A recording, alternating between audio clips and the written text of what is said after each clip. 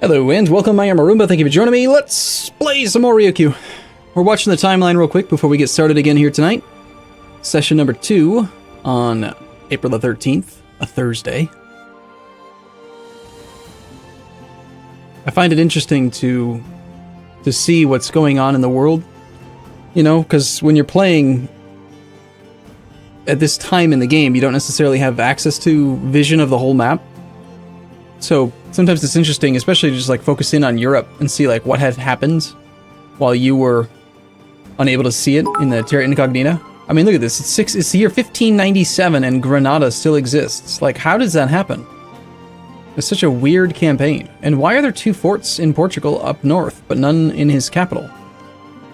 How did that happen? Or, okay, there is one in Lisboa. I wasn't zoomed in far enough.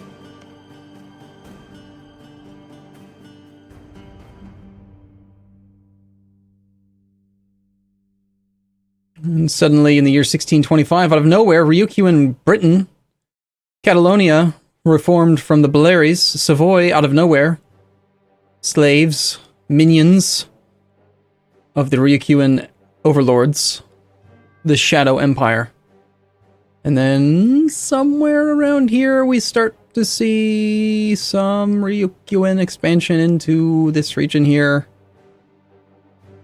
Catalonia continues to eat all of the Iberian Peninsula, Savoy, blah. Ottomans actually won a war, they're doing a good job.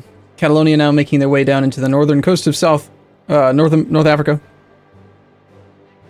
We've made beachhead. We've landed. And we start to hopscotch along this top area here. And then all of a sudden, pretty soon, something bad happens to the Ottomans.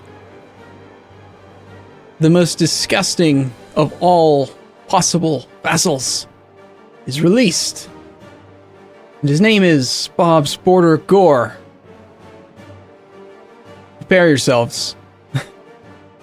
Ottomans look great, don't they? They look fantastic. Blah. Blah. That's right. That's right. Count them. We got 1, 2, 3, 4, 5, 6, 7, 8. I count 8 separate regions that the Ottomans have to protect with no border access. Nasty. Blech. Gross, right? Bob's Border Gore. Okay, so let the cancer continue to spread then. Let's continue the campaign. So, where we left off last, we had just had our 5-year Pulse event, which on the very first time we got this event called Popular Noble, a very timely +1 diplomatic reputation for the next 10 years, which is going to make it much easier to integrate the Mamluks, as well as Min, as well as finish the integrations of Senwi. So, yeah, it's spectacular luck. You would be amazed. I bet you couldn't do it twice if you tried. So, yeah. So I did do that between the end of the last stream and the beginning of this stream. I just got done piecing out Aachen, whose fort just fell. So this army is not necessarily needing to be right there right now. And we're prepared, we're ready. I'm actually ready to do my peace deal. This is a peace deal I ended up deciding to do with Lithuania. As much as I wanted to get rid of this Denmark fort and give Ocel to Lithuania, well, I can't even show you right now because I don't have a diplomat free. The problem is that because Bob's Border Gore doesn't currently own any land on this sea, it's using his coring distance from like down here all the way around the water. And I can't even transfer Ocel to him. Even though I've given him Mitau and Riga, it doesn't care. It doesn't treat it as a physical adjacency. And it's saying he can't core it, so he won't take Ocel, which means I can't give him Gotland. So that kind of stinks. As a backup, what I decided to do is to take both Riga and Mitau, and then I'm gonna do this thing over here, and then I'm gonna keep Yedasan for myself. I'll core the estuary myself. It's only 5 development. That's not gonna affect our ability to integrate, and it puts him at 99.6%. I think.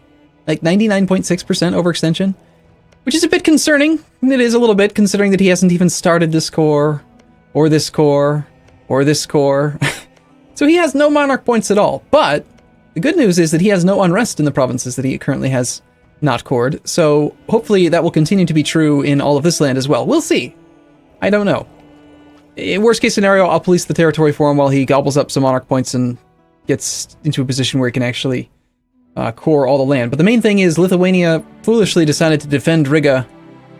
They declared, like, what I assume was an annexation war and decided to vassalize him instead, putting him at war with someone 20 times his strength.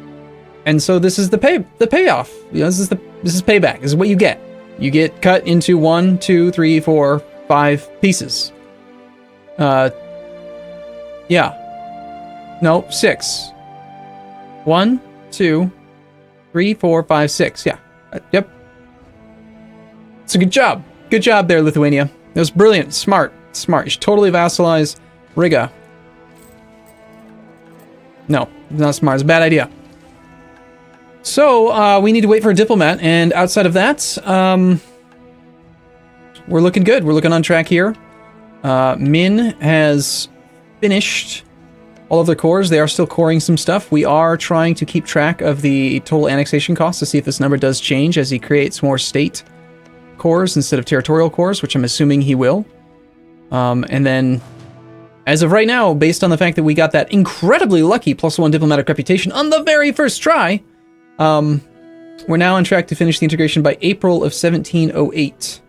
And we have until September of 1708. So we're now, you know, about 5 months ahead of schedule, which is good.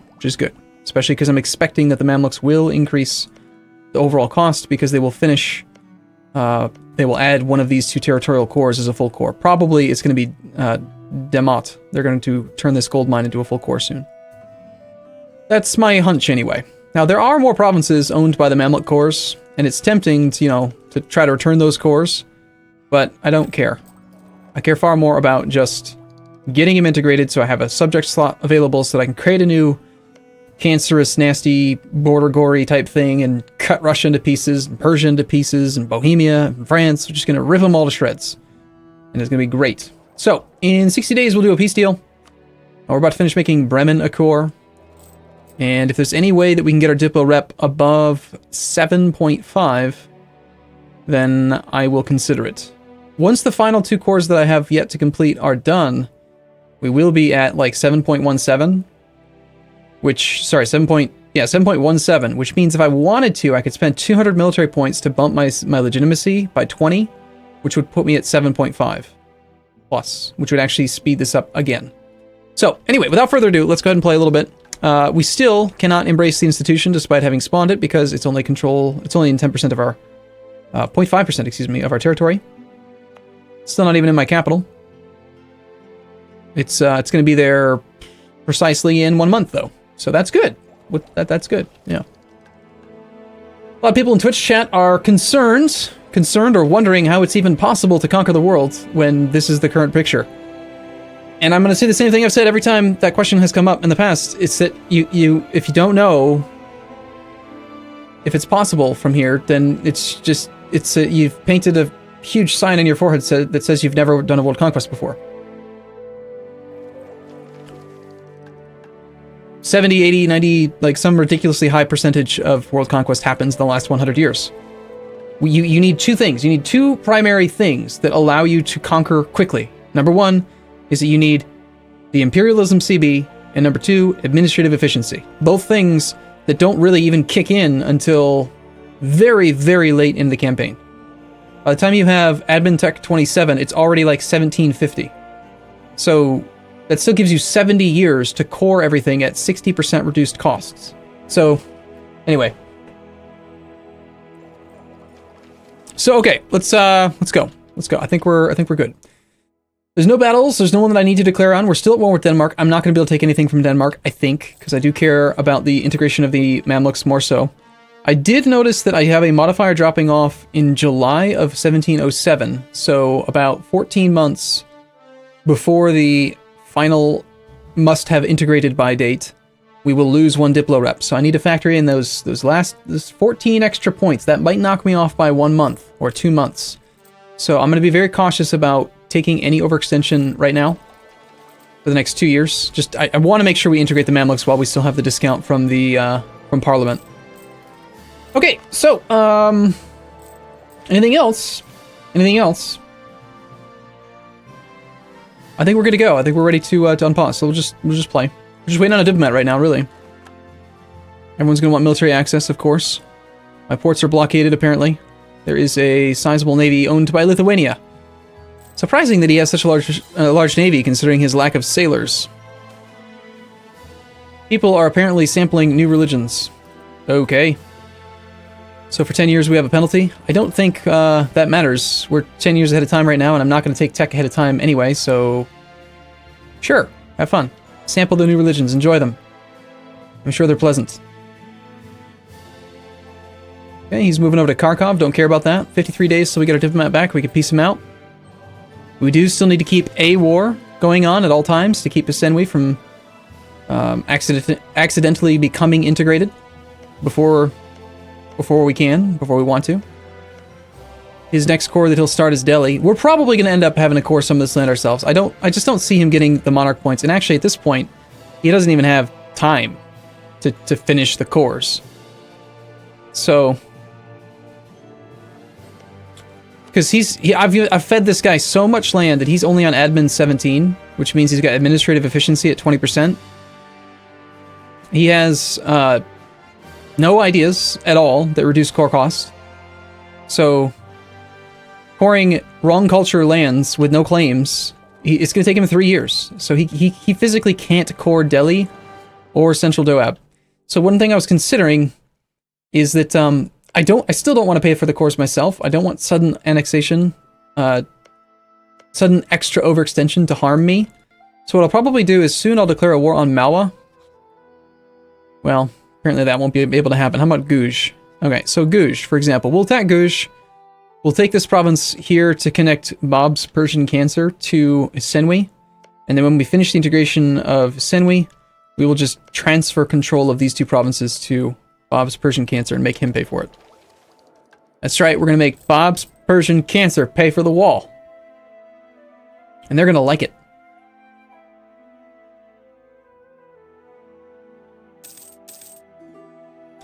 Our truce with Mali has expired. Mali is allied to Tlemcen, don't care. Songhai, we have a mission for.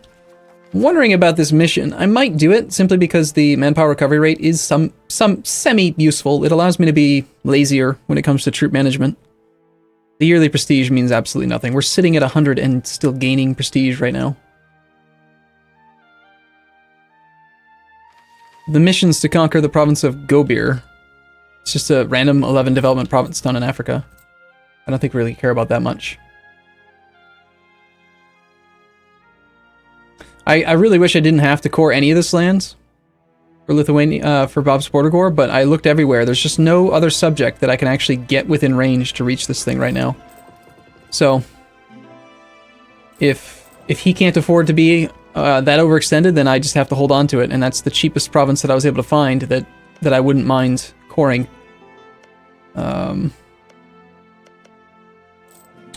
So, yep.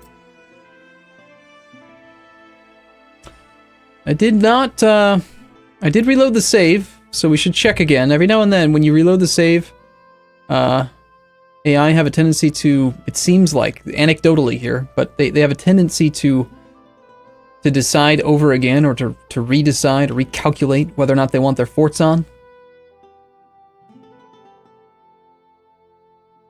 The nations that I'm most interested in right now would be like Persia, Russia.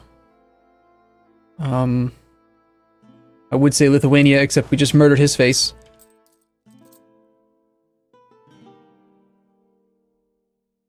Alright, I think we're just gonna do nothing. Just wait for the days to pass so that we can actually do this peace deal. The hipster treasure fleet has arrived. It brought 100 ducats from the rich gold and silver mines of Bob's Oregano. Oh, lovely. Okay. Rats. It didn't remember my peace deal.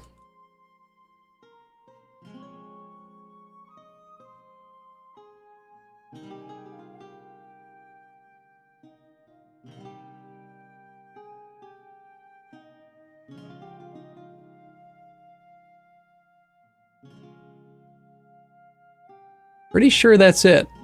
Now, because I don't have it remembered, I'm kind of tempted to check the overextension number. But now let's just do the peace deal. We'll just do the peace deal, and if the guy ends up overextended by too much, then we'll just have to squirrel it.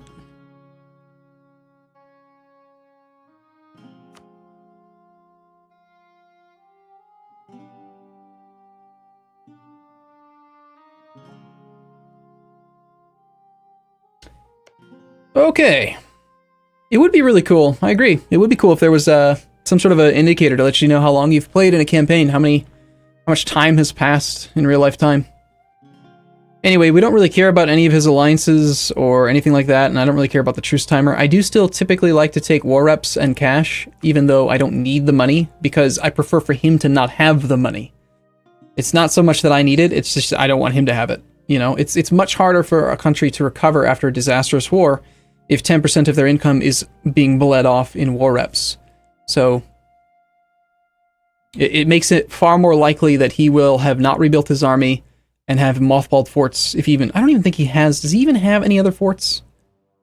No, he's got one in Reval, level 1. He'll probably have that turned off, most likely. So let's send our peace deal. Check the overextension on this fella. Overextension is at 4.8. That doesn't seem right. I had him calculated at 99 point something overextension, so I may have missed a province.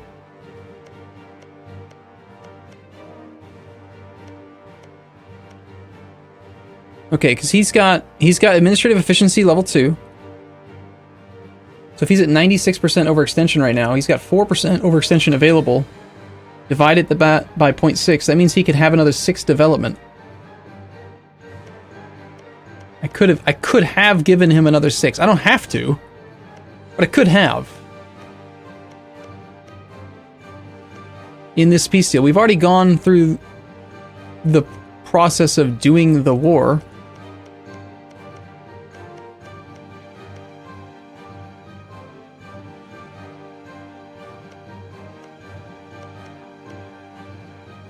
No, I don't think that there are any provinces that I missed. So I'm not sure. But one thing I could do is I could have him core Yedisan then for me instead. That's 5. It's got an estuary, sure, but I don't want the overextension. I don't want any overextension at all. If possible, I want to guarantee that my Diplo rep stays high. Alright, we're going to redo that peace deal then. I don't know how I don't know. I spent quite a bit of time looking at the peace deal, but I guess somehow I did it wrong.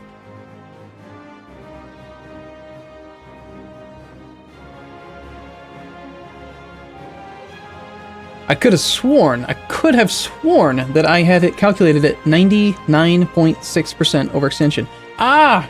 I know what it is. Okay, I remember. I figured it out. I think I know what it is.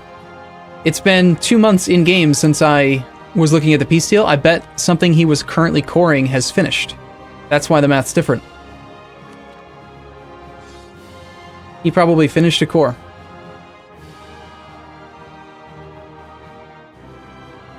Yes, this is Iron Man. Yes, I'm using Shadow Diplomats to annex. We're playing on 1.19.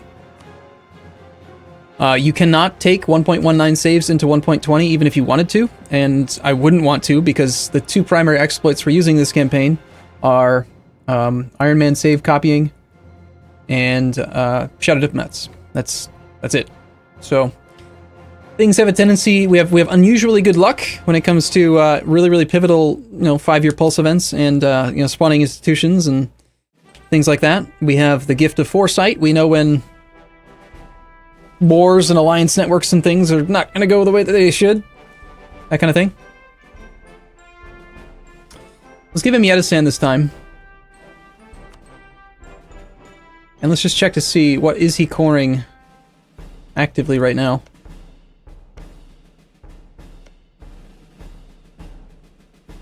Well, I don't know what it is or where it was, but he definitely did something, so.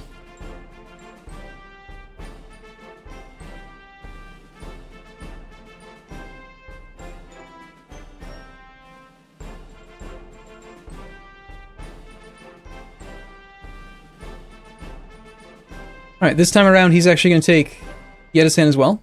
It's important that we do it this way. I couldn't just gift it to him because we're at war. And for some inexplicable reason, you're not allowed to transfer provinces while you're at war. Because reasons.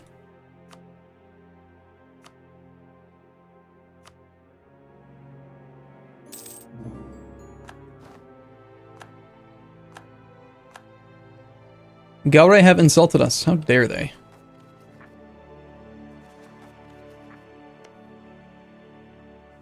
Better.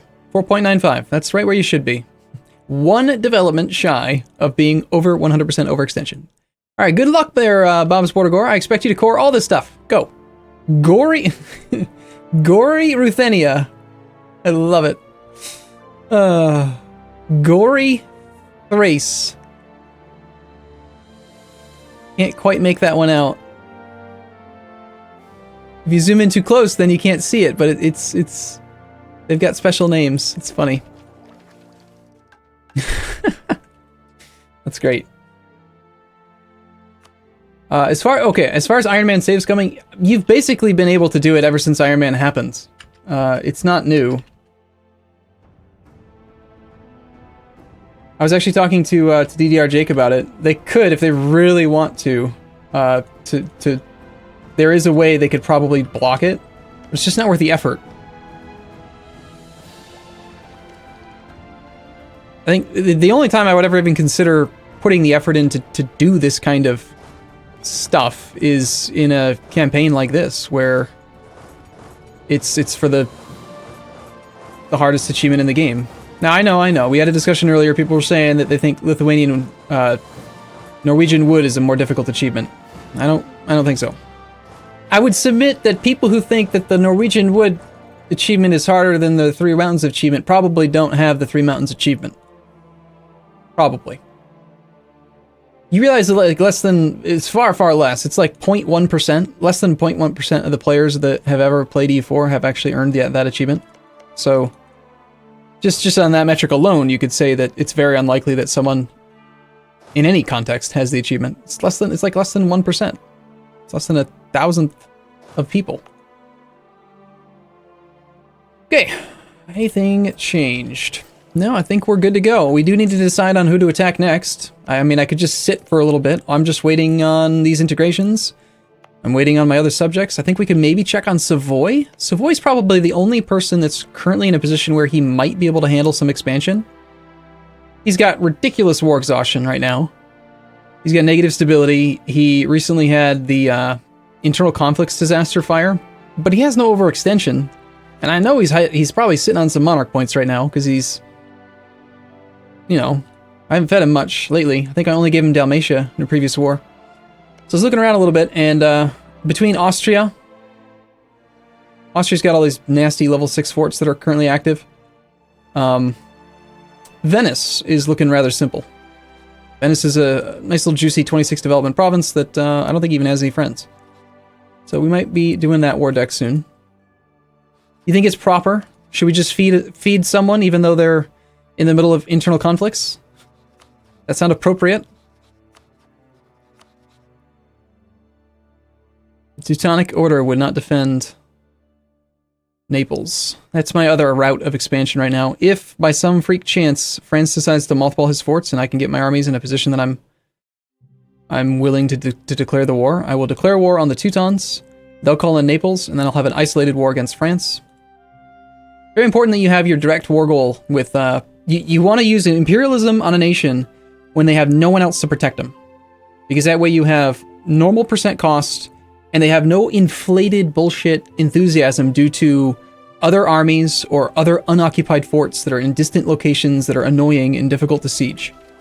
So that's the primary reason for trying to do the isolation. Another nation I was considering attacking just because we can is Gelry. We can make Saxony weaker.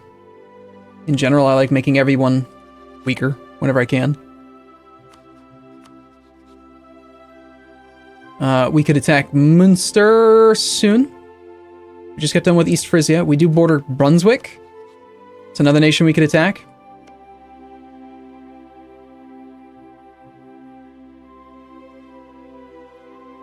Looks like we lost about 11 transports here.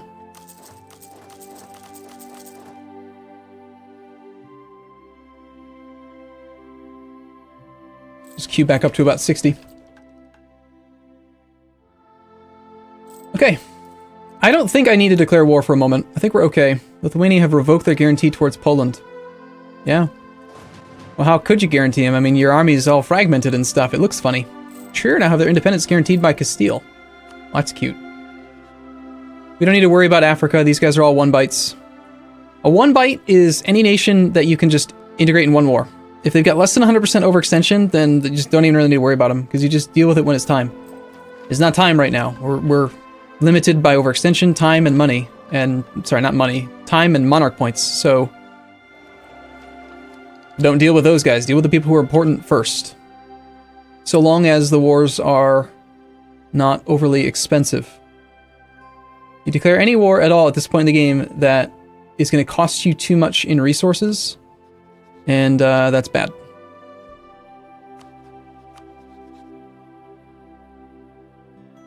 Interesting. So, Bukhara.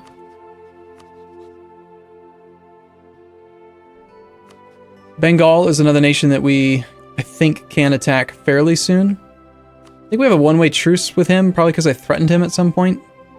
Expires March of 06, so that's very soon.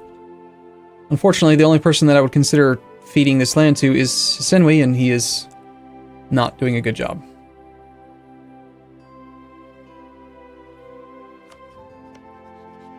Norway annoyingly got themselves above 100% over 100% war score cost.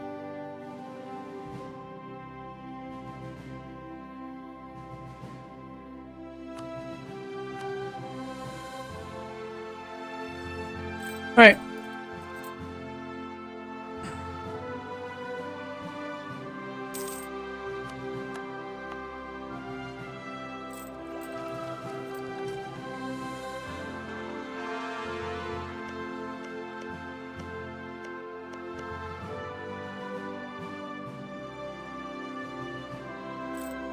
With that core done, we're now only at 7.2% overextension. And in like a couple months, we're going to lose the rest of it. How close is Diplo Rep? 7.05 plus 0.14. So we could be, in like a couple months, we'll be at 7.19. We're still 10 years ahead of time on military tech. It's just such a tough decision, really. Like, we could die literally tomorrow. Our ruler's 61 years old. But if I spend 200 military points, I could integrate faster and guarantee that I get this window. Or I could just chance it and hope that we die soon. Save the military points for generals or something. Because you never know, a general could die tomorrow as well. And probably will. We've got some that are not that great.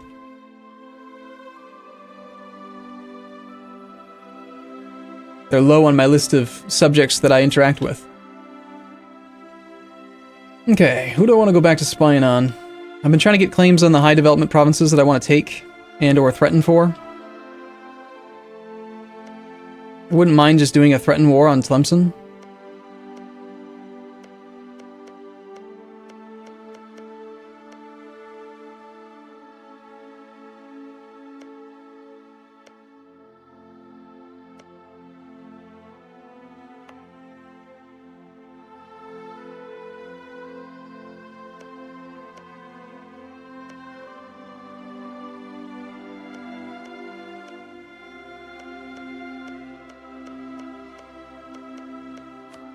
Alright, we'll spy on this guy a little bit.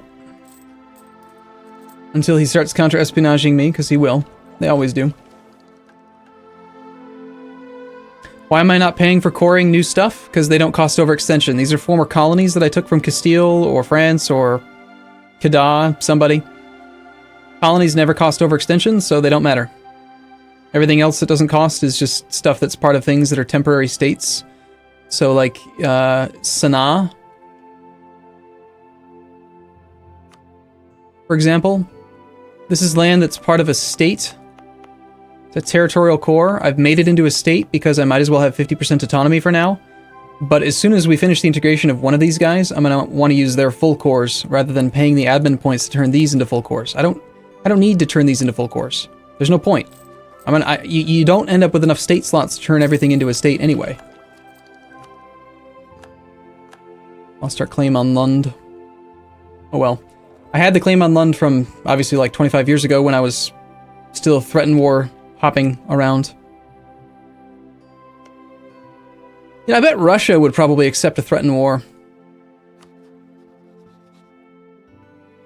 I'm gonna spy on him too. I do need to start getting on to picking him apart, but I might have time for a 5-year truce. Threatened war is only 5 years, so I could just do a 5-year truce, just take something, you know, take something valuable from him that arms him in some way. Like, for example, if I did a threatened war for, like, one of his key forts or something, like take Pskov, just so that I don't have to deal with sieging it, or perhaps Viborg. What's this increased coring cost? Finland. Local nobility. Finland exists and they went aristocratic? Ugh. Yuck. Don't approve of this.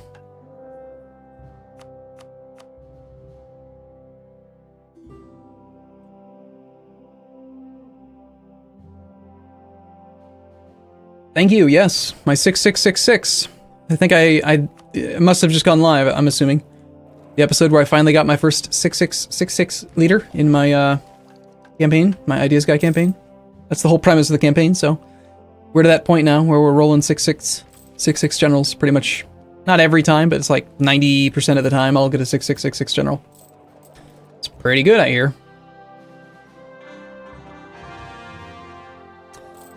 Okay, what do you guys think? I'm going to say it, well, I'm going to explain it one more time. And then we'll do a straw poll. So I do want your feedback.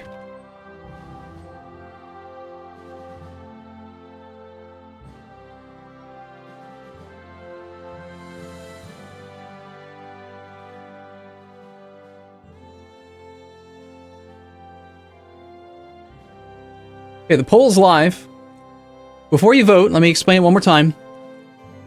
Diplomatic reputation increases integration speed. The higher your diplomatic reputation, the faster you integrate. There's a chance that if the Mamluks core lands, that I might miss out on my timing window, which is that I have a parliamentary decision which reduces diplomatic annexation costs by 15%. That expires September 1708. I'm currently at 7.2 Diplo Rep. If I were at 7.5, it would round up to 8 and give an extra 1 point per month toward the integration of the Mamluks. To get my diplomatic reputation up right now, I could boost my legitimacy twice at a cost of 200 military points to increase it by 0.4, putting me at 7.6, rounding up by 1. So for 200 military points, I can get an extra 1 point per month invested in the Mamluks, ensuring that we integrate him in time, regardless of any other random nonsense that might happen. The other side of the question or equation is that our ruler's 62 and our heir has a strong claim, so we're going to have 100 legitimacy at some point in the indeterminate future anyway. Could be tomorrow. Don't know. Is it worth paying 200 military points when we're 10 years ahead of time on military tech? Not doing any idea groups? And generally speaking, value military points the least? Or should we just not worry about it? So there's the argument, or the situation. Wow, okay. That's surprising. Really, honestly, I think it is. That's not what I would have expected. 80%. That's a lot more people saying to bump it than I would have thought. You guys are fiscally conservative, aren't you? Would you like some bonds there, then, to diversify that portfolio? A little bit of real estate, a little bit of bonds. None of those collateralized debt obligations or mortgage-backed securities for you. No, you like to live it safely. How about a CD? I've got I've got a certificate of deposit for sale. It's 0.9% interest for the next 5 years. 0.9% per year. Sound good? Sounds great, right? You realize you make less than inflation in that situation, but... Anyway. Alright, let's do it. Why not? I like the idea. I don't care about the military points that much, so sure. We'll do that. And that will put us up now, and we are now going to be integrating... up by 1, and now 11 per month, February of 1708. I can make almost $12 on that. You all sound like you'd like to buy some insurance. You realize that the best time to buy insurance is before you need it, right?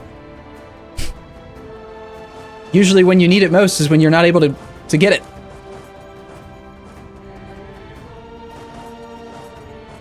You want flood insurance? Because your house just flooded? Well, too bad you can't get flood insurance when your house is wet. That's silly. Those underhanded rogues of Ming have the audacity to fabricate a claim on us. That's cute. So we're probably just going to sit at war with Denmark until I see someone that I want to attack, or we get called for peace. It's like France is back to his good old-fashioned ways. I tweeted about this the other day. For no reason that I could discover, while he was at peace, he had 97,000 troops parked in Navarra for years, and he had 0 manpower. He still has no manpower. He hasn't been in any wars. It's not like I punished him or anything. He's just decided to suicide all of his troops in the mountains of Navarra. I don't know why. Arcos, thank you for the... It's a cheer. Thank you for the cheer.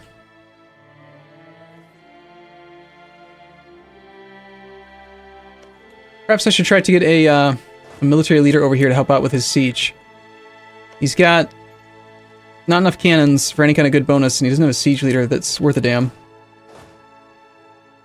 I don't think we have military access. No. We do have 58 transports, annoyingly. Let's see, my unrest here is very low, so we can ferry... We can ferry some troops across. Sounds like a reasonable thing to do.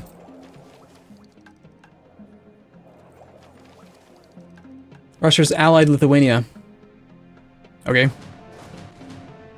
It's not gonna matter. We'll find some way to isolate them. It's not a big deal. They were already guaranteed by Russia. It's not like anything's really changed. Okay, native assimilation in Chuna. Nice. That's not a bad event. We'll take that.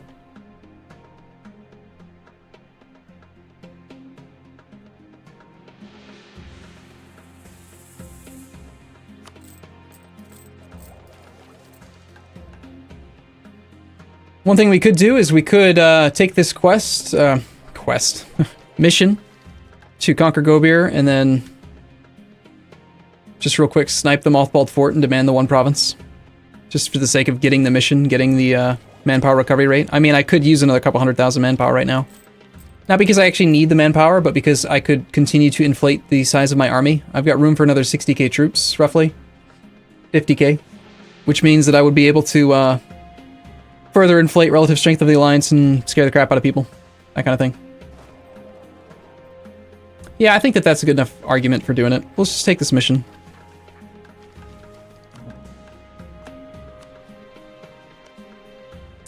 So I say January the 1st to declare war on Songhai, who has no friends and family. No one cares about him.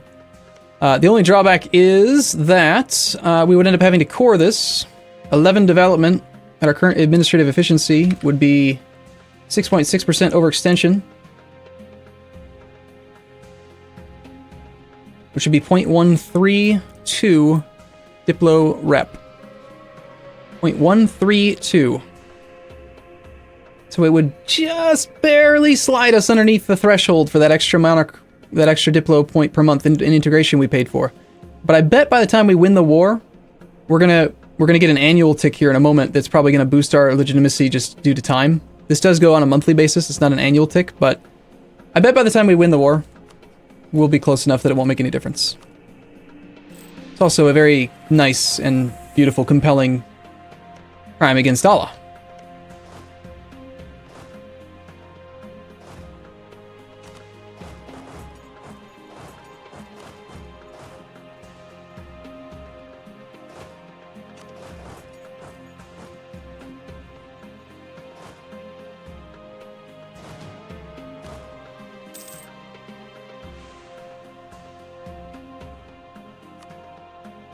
We don't have a relationship slot right now to create another client state.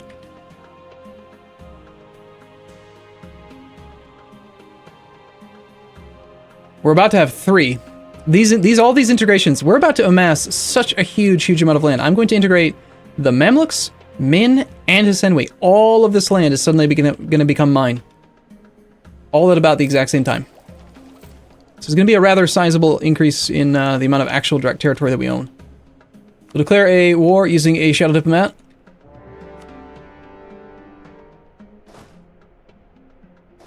Just on the off chance that we need it, let's put a guy in charge.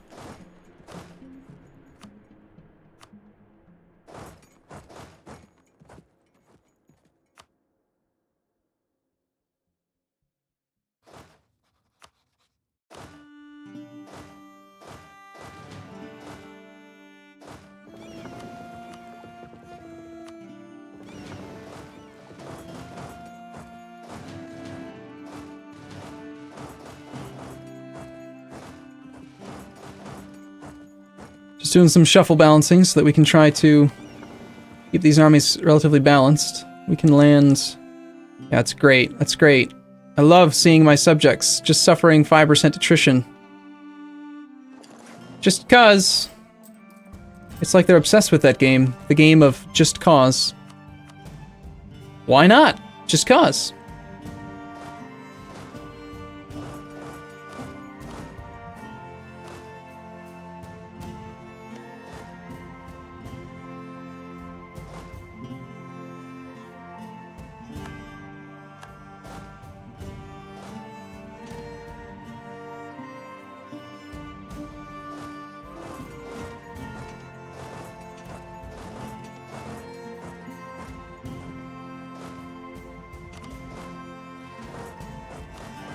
This guy does not appear to have much going on.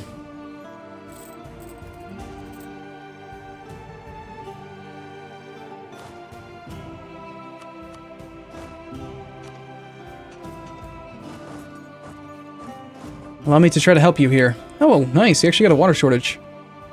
I'll join you in this glorious 2.1% attrition. It'll be great.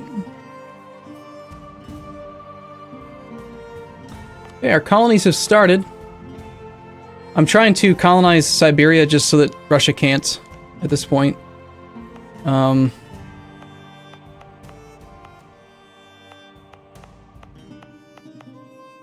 don't really care to spend more money on colonization outside of stopping Russia from colonizing more. I don't want him to increase the war score cost for me to kill him, basically. That's the whole point. It's just, you know...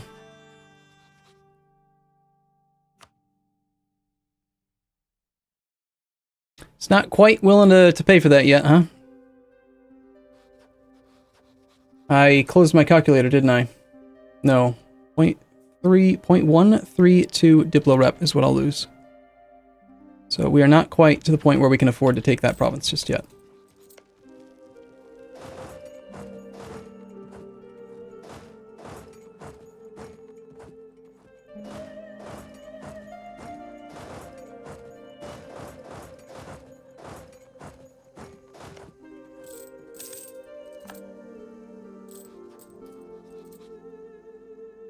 Now here it's close, 0.132. I think that's going to round down. I think we need to wait till this is 7.64. And then we'll take the one province, get our mission, get our manpower recovery rate up. Looks like the Ottomans are being equally stupid as all the other AI in this game.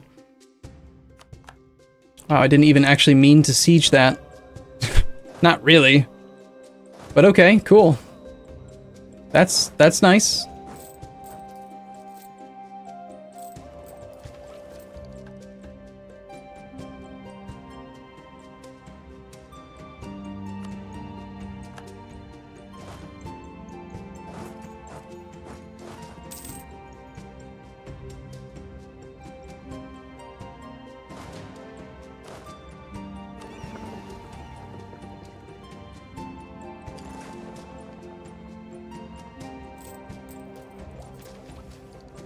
Making a lot of money right now.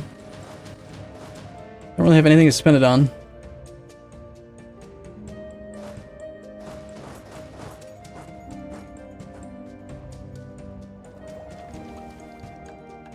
Aside from the massive cost of the next institution, which I'm going to hold off on until about 10 years from now. There's no functional real benefit.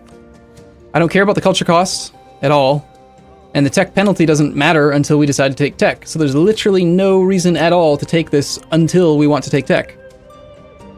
And there actually is a drawback to taking it early, and that's that it will spread to our lands, which will then spread it to everyone else, which makes them have better tech. So I'm making so much money. You know what I think I'm going to do? I think I'm going to spend some of this. Let's keep like 10K in the bank, just in case we decide we do want to take the institution. I want to be within, you know, some smallish distance from being able to do it. But when you have 9 years to go, let's just do the math. We're in the 4th month. We have 8 months plus another 8 years. So 8 times 12 plus 8. 104 months. Right now we're averaging about 500, 600 ducats a month. If we just make, like, say, 500 ducats a month, that's 52,000 ducats we're going to earn. So I don't need any of this 22k. I can spend all of it. We'll still amass enough money to take the institution. Not to mention the institution costs should come down because we'll actually have embraced it in a few provinces. So with that being said, I guess we're going to go ahead and do some building. Main things that I care about these days, I like shipyards and conscription centers for the most part. They help out a lot. Bullying power. Preferably in provinces that have low autonomy.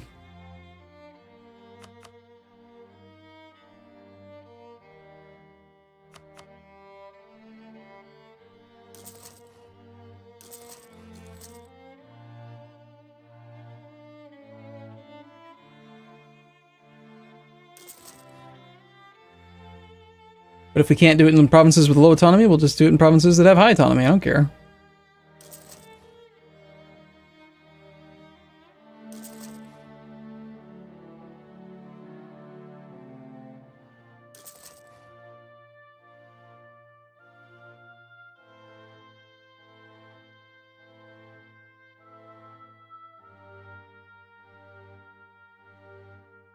That is some really nasty autonomy.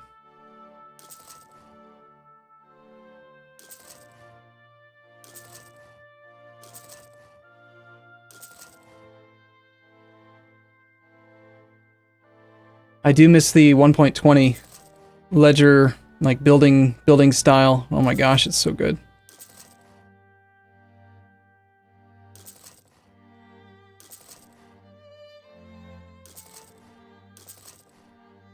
Just in case I wasn't clear, the principal reason that I'm doing this right now, I don't really need more men to like win wars or do sieges. It's really all just about a show of power. It's just about making any nation that I go to war with immediately want to not be at war with me because they're just terrified of relative strength of the alliance.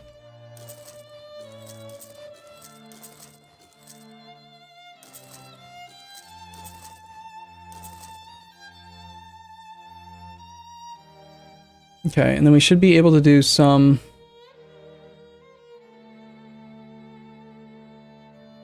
probably up here at a good discount or a good price, good amount of autonomy.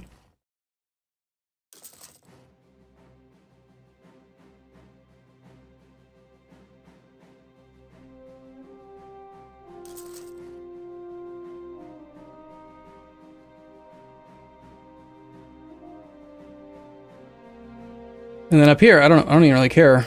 Just build them anyway. I mean, if they're already built, I don't mind building them as well, because it's already a building slot tied up. Right, so there's less thought that needs to go into it, even if it's got high autonomy.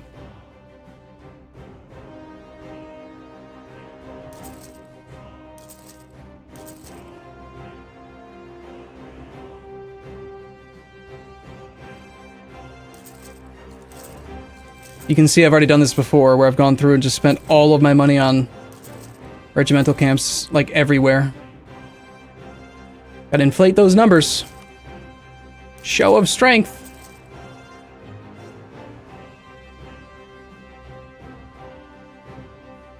Alright, I think that's good on regimental camps. Outside of that, shipyards. Shipyards, I'll build anywhere. I don't care. I don't care what the autonomy is. I want them. Oh, hey, look, we're out of money. Yay! How far behind is the second great power? Pretty far. I'll show you in a sec. spent 21,000 on buildings. That's a lot of money. The number 2 ranked great power is France with 1100 development, 1153. We currently have a development score of 9,720. Okay. So we're waiting on this to say 7.64. That's it.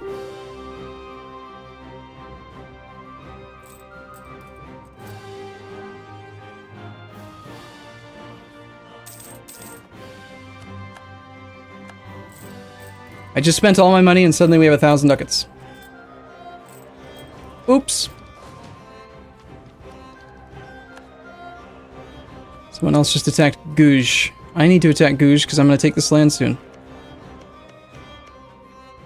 I think we're gonna let the integration of Senwi finish soon, really soon. Bob's Persian Cancer is now down to like 1 overextension, 1 unrest from overextension. So now would be a pretty damn good time to consider. Not to mention, he's been fabricating. I love him. What a beautiful little subject. Gouge has no friends. It's a crime against Allah, so the game says. I disagree.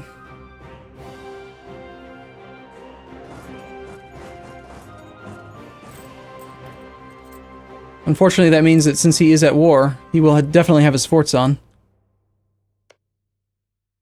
But one of them is a level 1 fort, right adjacent to an army of mine.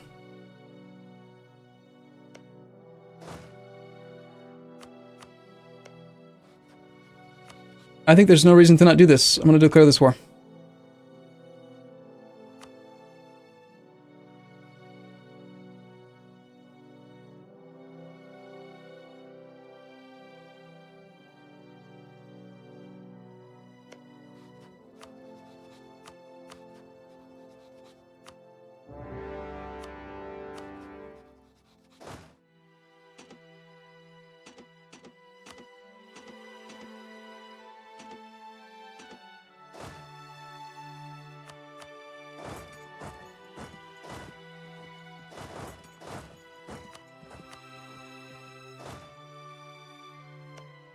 Okay, he has a small army. He's on tech 24, so he's actually keeping up on tech pretty well, considering that he's not a European. But Nepal just accepted peace with Gouge. They got full annexed. Okay, it's fine. It's a 3 development province. Nobody cares. And I'll probably be able to take the 1 province, or maybe 2 or 3 provinces that I want to take. You gotta remember, I'm planning on giving Delhi and Central Doab to Bob's Persian Cancer. This is something I was wondering, though. I can't remember. It's been a while since I've ever integrated a subject who'd had incomplete cores. Do you pay the Diplo points? Do you pay the cost of uncored land? Even though you don't get a core out of it? Because if that's the case, I'm paying for it twice. By integrating it, granting it to somebody else, integrating this somebody else.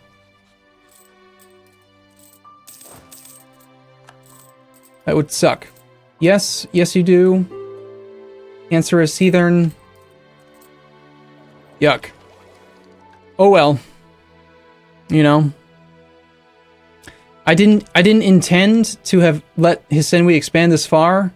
I only gave him this extra land in the hope that he just started that core. I only gave him this land in the hope that he would actually, spend the admin points and give me my Diplo points back. So,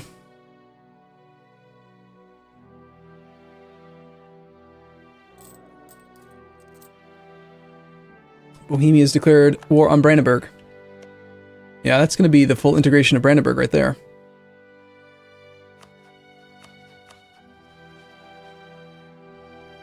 Kind of explains, I think, why he had his forts on.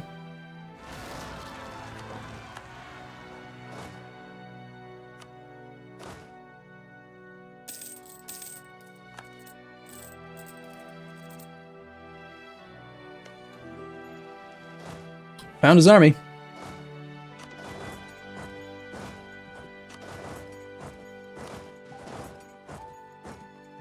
means we can move in with quite a bit of force now. In fact, I think he's broken. I don't think he's going to even move. He's just going to sit there. Just going to sit there and wait. Going to just take it. Take it, take it.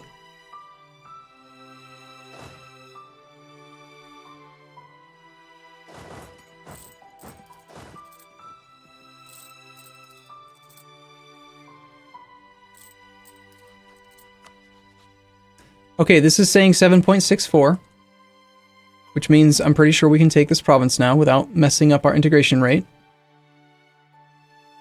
Just in case, I'm going to take a backup save because I want to make sure we integrate the Mamluks. 1706, 07, 29. The only thing we want is the thing that we have a mission for, because that way we get more manpower, which lets me threaten people and scare them into submission. Okay, diplomatic reputation still at 7.51, right where it was calculated and supposed to be, still integrating at 11 per month, and mission. Thank you. Next mission, no mission. Great. Okay.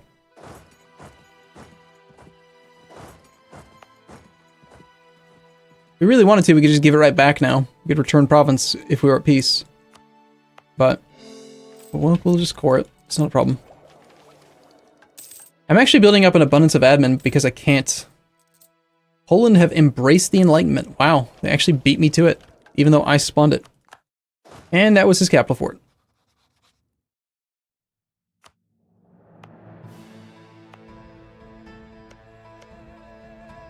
So even though he's started this integration, I think I'm not going to let him... Whoa, that's actually going a lot quicker than I would have expected. Did you see that? That thing already is... It's already moving. There's no way this is like an accepted culture. It's not accepted. I think that's just a display thing. I don't think he's really making very much progress on this core. But I think he will finish this one before I am forced to stop.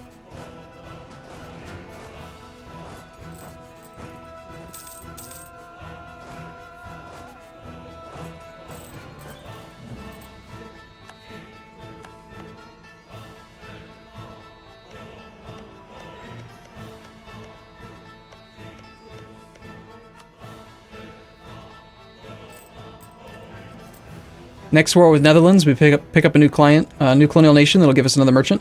He is below 100% war score cost. Nice and juicy. Wouldn't be horrible to have an extra claim on him. I wanted one more claim on you, because I do plan on taking this land. I wanted to take his fort, and I wanted to take the estuary. In preparation for moving my capital, which will happen someday. Why move my capital?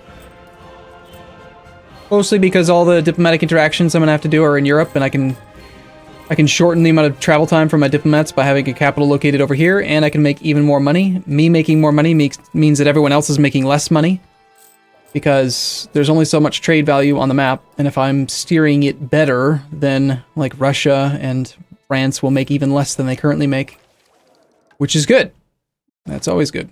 Making your enemies weak is usually considered to be a good thing, I think.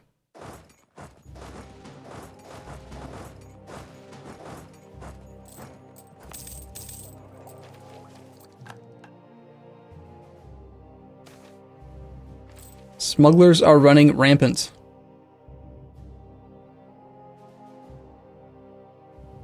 Okay. It's just money. Don't care. You, sir. Let's suppose that this integration, this core, has finished, and then I allow his enemy to go to peace by making him into, I'll enable scutage on him so that he doesn't join the next war. Actually, I don't need to be warlocked anymore. He's the only reason we've been warlocked for so long.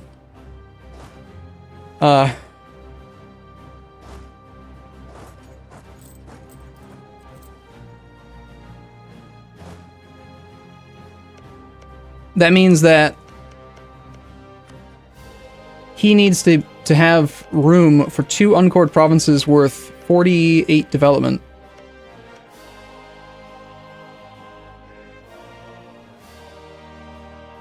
He's currently at 22% overextension. Which means that he has 37 development in uncored provinces. He's allowed to have up to 167, or 166. 166 minus the 37 he has, he can have up to 129. And I just said he needed 48 in reserve, so I can transfer. So I can give him up to 81 other development from you. We'll definitely give him the land that he's claimed, because it's probably correct culture, correct religion, correct something. There's a reason he's claimed it. So we'll give this to... Do you have full diplomatic ideas, by the way? You don't. Interesting. The reason that that's applicable is that when you transfer control of a province, the war score cost for that province is dependent upon the person who occupies it, not the person who's making the peace deal. So Kashmir has a war score cost right now of 5, but if we transfer it to Bob's Persian Cancer, it may change. Now it's worth 6. So ideally, we would want to negotiate the peace deals and transfer everything to our subjects, because we have full diplomatic ideas, which reduces province war score cost by 20%. And since our subject doesn't have it, that makes the cost of every province we give him more expensive this way.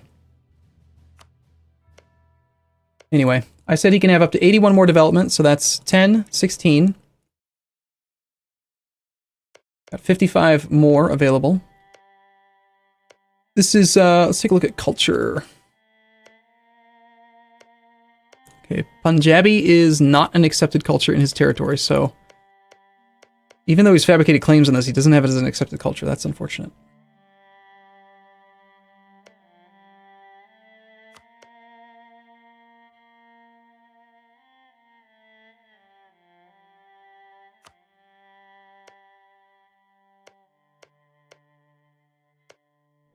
It would be great if he would... He might... Yeah, I wonder if the AI is smart enough to actually make this into an accepted culture before doing the cores. I'm just going to force feed him a lot of Punjabi culture, and he can core it if he wants. I mean, if he wants to make it an accepted culture, that seems like a pretty good idea to me. Yes, that's 2 more. That's 13 and 7 is another 20. That leaves 35. And of course we have to give him this, because this is our connection to the land that I need him to hold on to. That's another 11. Leaving us with 24. 6, 9. Wait. 6 plus 3 is 9, plus 5 is 14, plus 8 is 22. We could full annex him. But he won't give me a full annexation until we finish these sieges. Let's just take this fort, if he'll let me. I have to wait for that siege to complete, don't I? Darn it. Looks like we're not going to do that peace deal just yet. And if we're going to get the fort, then that means maybe we can full annex him. We might. Might just do. Send we noble rebels a 13 stack. So impressive.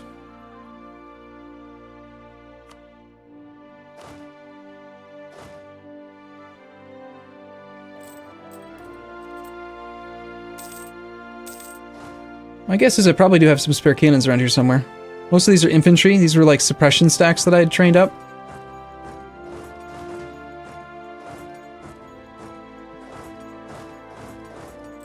Their entire purpose was just to park on land and, you know, suppress it. Kind of like you did, and or do in Hearts of Iron 4. You know how cavalry had suppression value? Turns out that you were better off just using tons and tons and tons and tons of little individual suppression stacks because of the way that they did their math. That's a welcome event. Thank you. Assault the fort? Why?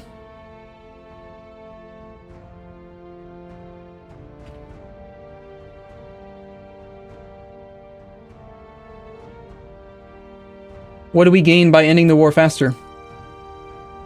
I'm still at war with Denmark. I'm gonna stay at war. until this core is done, so ending the war faster doesn't make any difference. Unless you're suggesting I should try to assault using Hisenwi's troops. Sure, it's only 5 military points, but I don't know. I don't really see the payoff.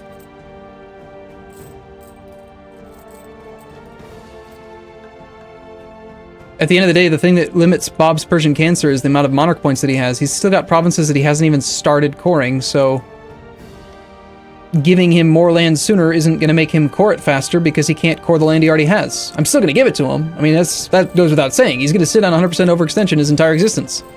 But I shouldn't expose him to more unrest for a longer period of time just because.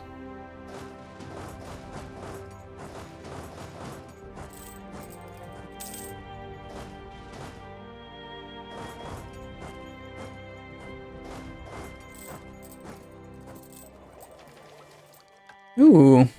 Tunisian separatists have spawned. Looks like Mr. Ottoman is having some problems. That's interesting. So despite his luck, legitimacy, revanchism, positive stability, he is getting some uprisings here and there. Hey look, France is doing it again. Look. See? He's at peace. Just parking his entire army in Navarra. Check the ledger, I bet he's at 0 manpower again. Or he will be soon. Ooh, I am not liking the unrest that I'm seeing in this guy's lands. We got Savoyard particularists at 90% right now. Alright, I'm gonna go ahead and say that we need to park some troops over there and help him out a little bit.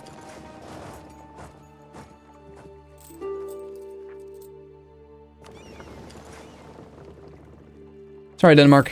You need to stay at war with me, please.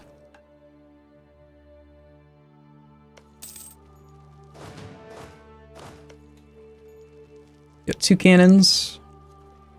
6, 9, 12. I could contribute another 4 to get us an extra +1. Or it could just be nice and fall? No. Darn. Sometimes that works, you know. You just have to ask nicely.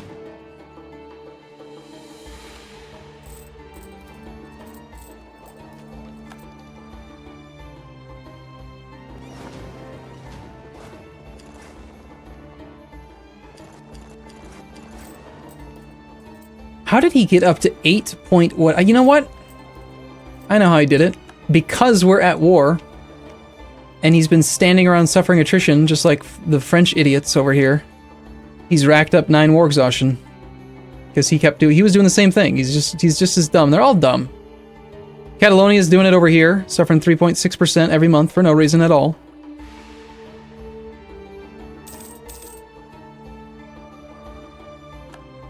Baden and Cologne.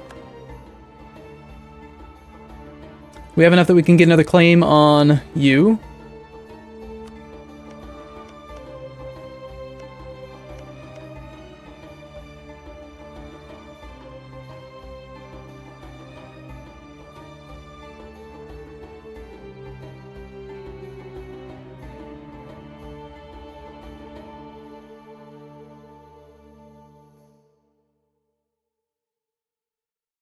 I was tempted to take Samogitia,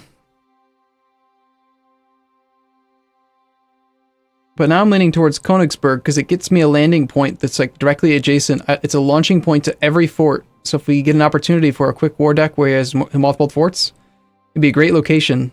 And it's a coastal fort, so him not having it would be really handy. I think I'm going to fabricate on that one.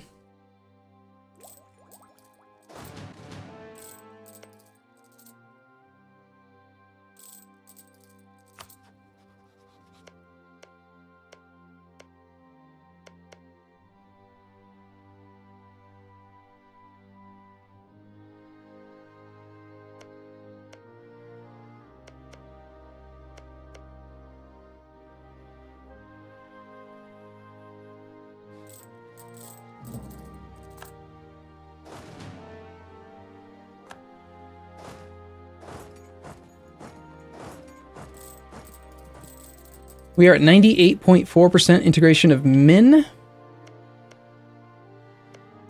He's cored all of his land. He has not turned these into full cores, but that's fine. Which means that we're going to integrate him next month. 7 points, and then that's gone. We already have annexed subjects, so that's not going to mess anything up.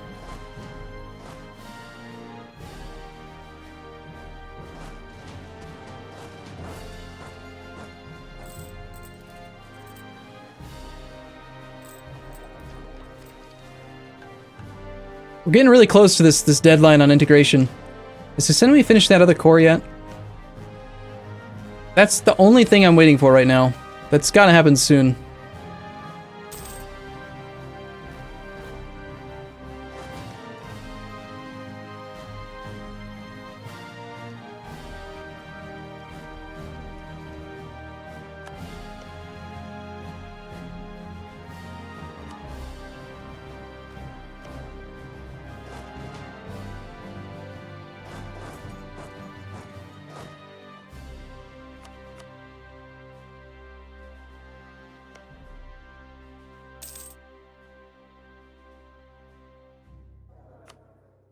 Only reason I'm staying at war with Denmark is because I'm actually considering that soon, if it lets me, if it doesn't give me call for peace, and I actually get these guys finished on their integrations, then I might take Sealand. I have a claim on it. I do want the estuary, Sound Toll, and I would prefer to not have to siege this fort down again.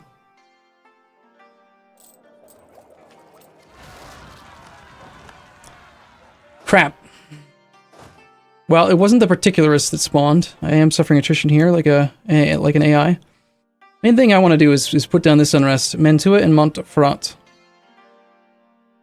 This land is both protected by that level 7 fort, so who cares about that? But let's make sure this 90% and this 90% don't fire. Ugh! Oh my god, there's so many provinces. Okay, let's make sure this one doesn't fire. Mantua and Montferrat. Mantua and Montferrat.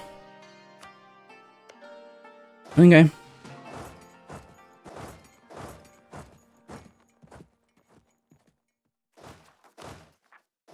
He's busy. He's not busy.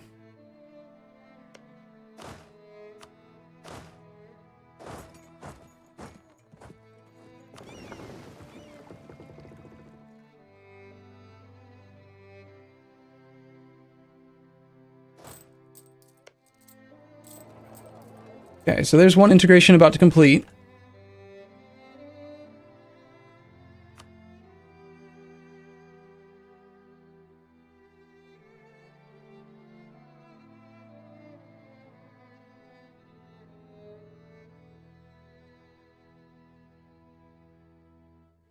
Min's final cost stayed at 460, by the way. That's what it was earlier today. It hasn't changed. Brandenburg cedes most of their land, but was not full annexed.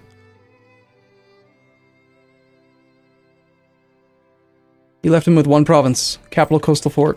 Okay. Congrats, Brandenburg. You were supposed to become Space Marines, and yet you didn't. Weird, huh?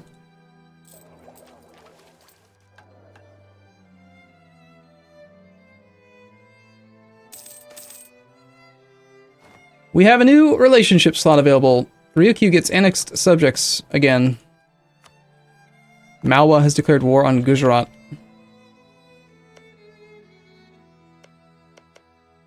I don't care about that. Okay.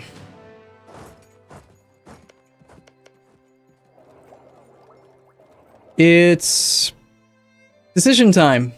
First off, let's turn on all the forts, because we can afford them. Second off, we've inherited states. We've inherited full cores. So what I want to take the time to do is, you see provinces like this? These are areas that I've made into states without actually having cored them. And I did this because I wanted the lower autonomy when I was trying to, like, protect trade and stuff. We already have 77% control here, which is actually kind of low, if you ask me. Where's my fleet for this region? Let's get some more of you.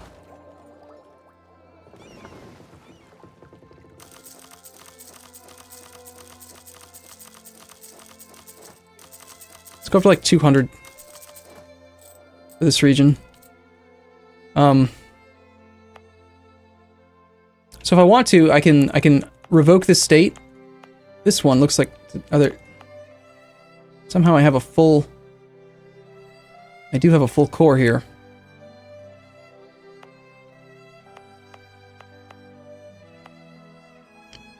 It's not a bad state, but I'm not going to pay to core the rest of it. This one, though, we could trade it for full cores that this guy has given me on, say...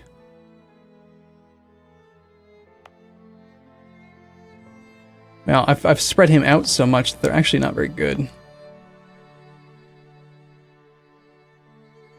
That's the only one that's decent. 49 development, most of which is coastal. We got full cores from the integration. I do have one state slot open right now. I think we'll just use that one.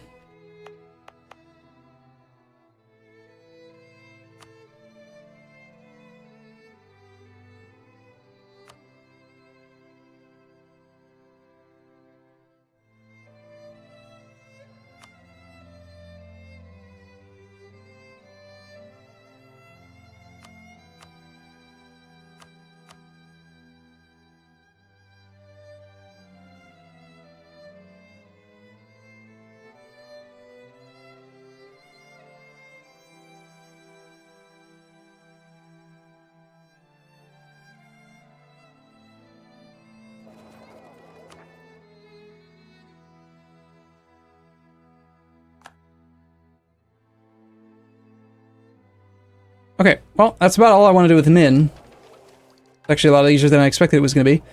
Now the question is, what do we do with our 7th relationship slot? We need to create a new subject. We need to declare a war. Let's take a look at aggressive expansion. Where would be the best place to create a new, ginormous, cancerous, nasty, disgusting thing?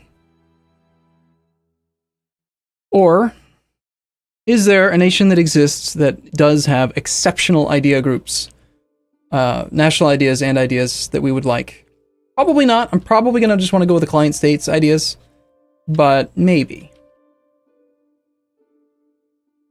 I smell mothballed forts in Russia. I smell mothballed forts.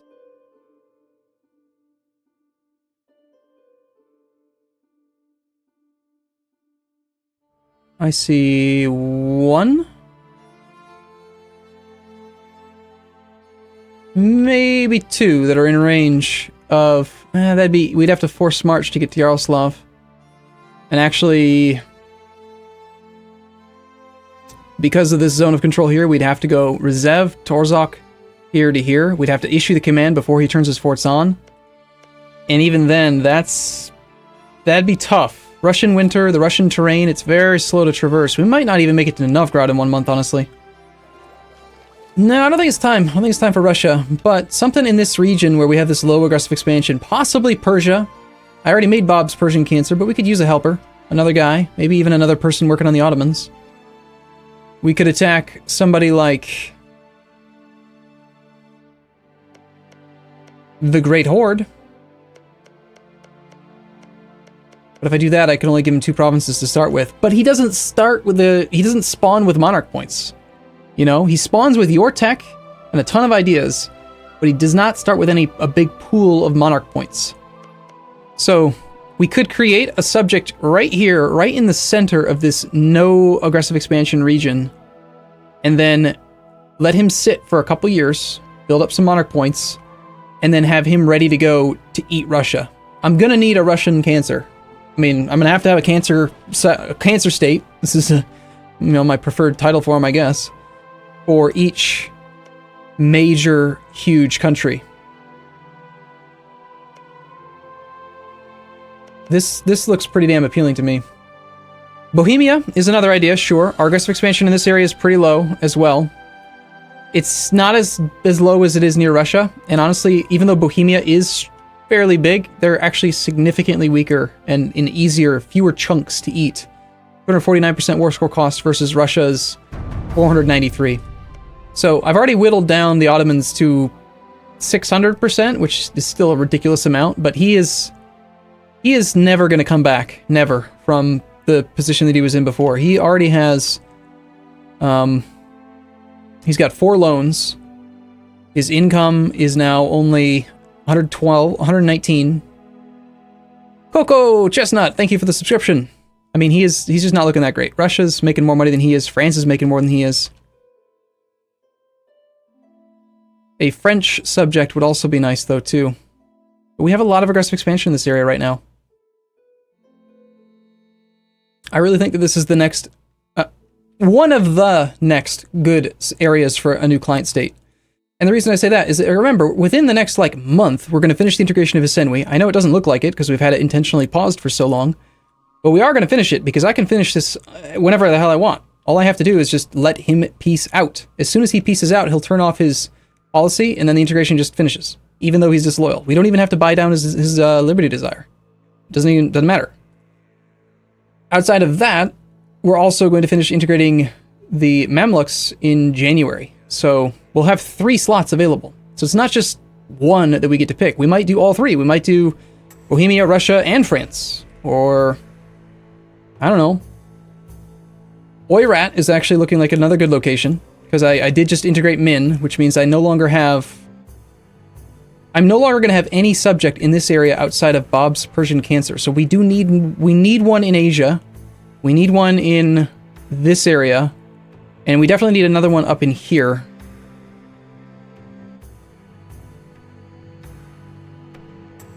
And actually, since the Mamluks is going to be gone, I could use one in this region as well. Very soon, I think I'm going to revoke the March status of Catalonia and Savoy. I don't have to integrate them. In fact, you don't have to integrate anybody to get the achievement, but I might end up integrating them anyway, so that I can have more war score available.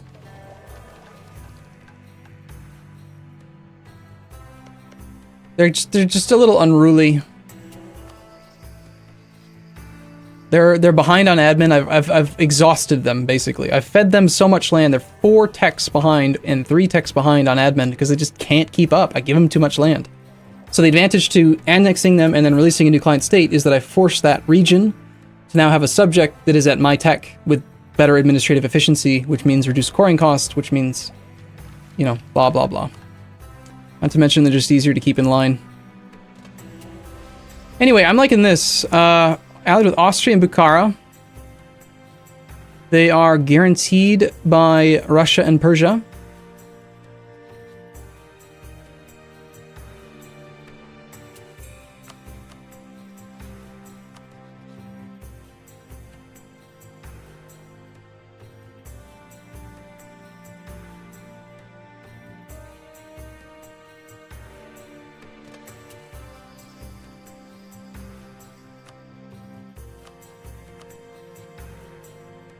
We've got an easy way to isolate Bukhara from the Great Horde if we wanted to.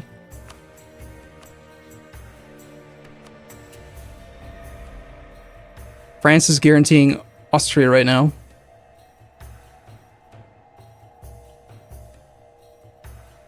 I don't have adjacency to Shervin, so we can't use him as a spawn location. I should also check to make sure that my current... These are the potential locations I can currently create client states, this area. So before I get too invested in this concept, can we even do it here? No, I can't. I was looking to do it over here, and I can't right now until over here. Unless I move my capital. If I move my capital, it'll flip, and it'll be this whole region. Okay, so really the only way that I can actually get land from the Great Horde right now would be to declare war on Bukhara. Then we take a separate piece with the Great Horde.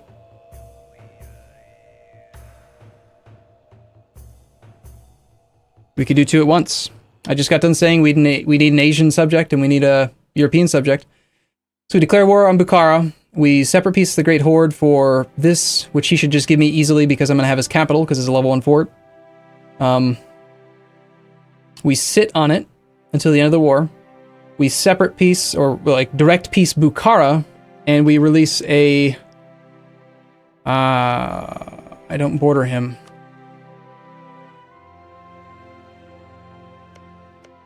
I don't border him Yet.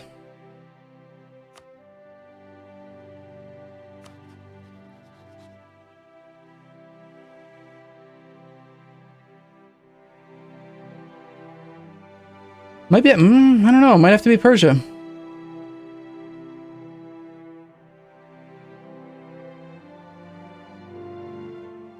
Persia has a relatively accessible level 1 fort.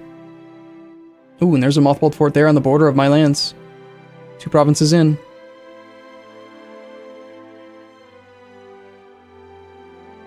So we take the mothballed one. And then from there...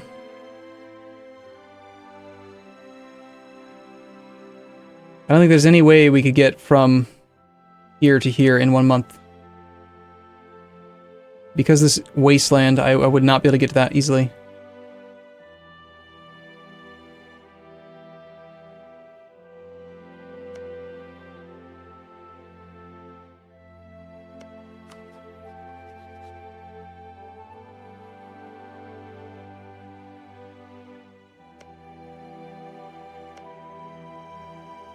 I could always create a client state in Denmark. And then we could declare war on Norway, full annex Norway, transfer everything to the new and improved Denmark, Denmark 2.0. By doing that, we pick up Norway's colonial nation, which gets us an extra merchant. Unfortunately, though, that's right, he is over 100% war score now. Okay, well, we could do the same thing with Sweden then. We could feed all of Sweden to a new subject who has a free core on a 35 development province. Granted, he'll milk some of the trade value that I would get, but that would also save me from having to core a 35 development province.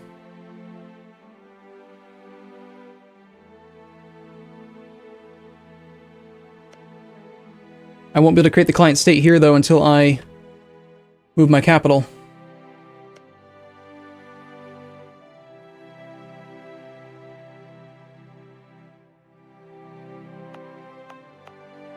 Don't necessarily have to take new land to create a client state. I could always release a client state just cuz. I could waste the monarch points I spent to core, say, Guria, and create another client state here and feed this guy this way. But I don't really want to eat Persia right now.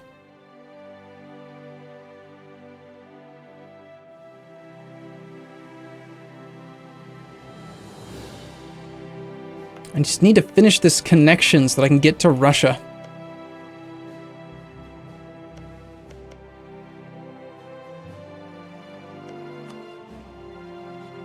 And the Oirat being guaranteed by Ming, that's cute.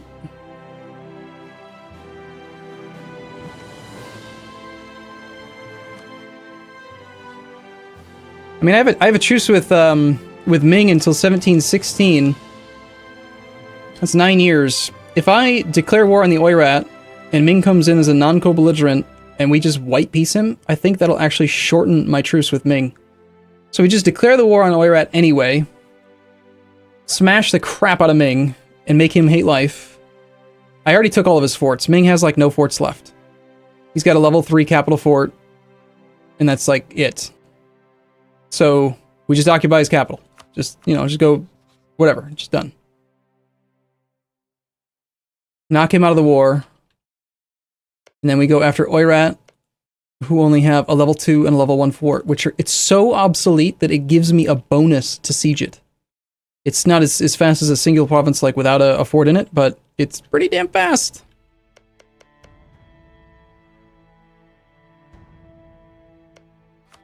Why did I want to attack Oirat? Because I needed a subject near Bukhara. And I couldn't get a subject out of Bukhara. Hold on, do you can't take... If I declared on Bukhara, I wouldn't be even able to take this land, right? Because it's outside of my coring range. But sometimes the game does weird things where it lets you take the land anyway. And then I know I would be allowed to release a client state in the middle of nowhere. Even though there's no contiguous border to my connection, to my capital, and because even though I can't court myself, it still let me take it sometimes. Ming has 1 fort. Sure, they have the one in their capital. And then they have this one here, but yeah. It's nothing really. Okay, but if I do that, then I could release a client state out of Oirat, which gets me something to feed Bukhara to when we declare in Bukhara to create a client state here. So that I think that's going to be it. I don't want to spend too much time on this because it doesn't really matter in the long run. It's just got to keep cycling client states. But I think that's going to be the game plan. Create a client state, one here, one in the Oirat, and a third in the Great Horde. Set, done, sold. That's what I want to do. So where do we begin? First things first is the war with Oirat.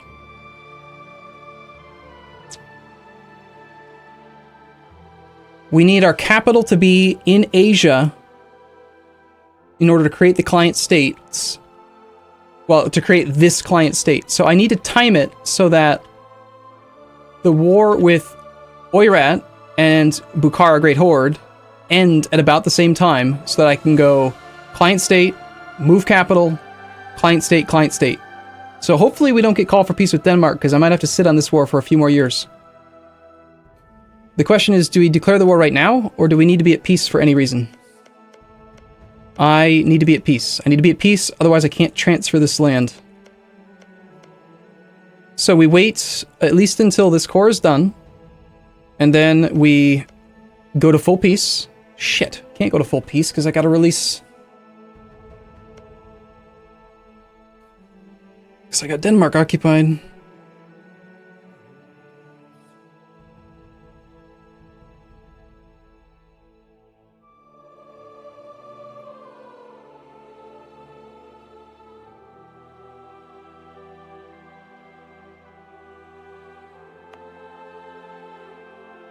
Okay, new plan. Got a new plan. We release a client state out of this little shit province now.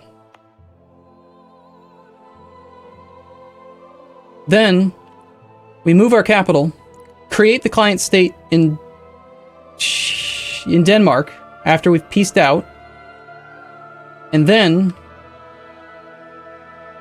we declare war on Bukhara, and we create a client state here. Still works, right?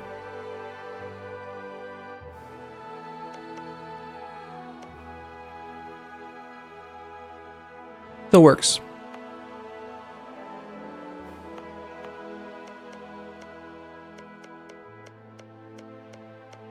In the war with the Oirat, we feed just a string of territory all the way through Bukhara, up and touching Russia and Golden Grey Horde on this side, and just, everywhere. We want to touch Persia. It's going to be disgusting.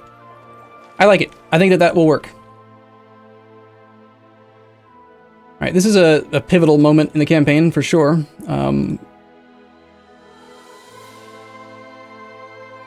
1707, 04, 01.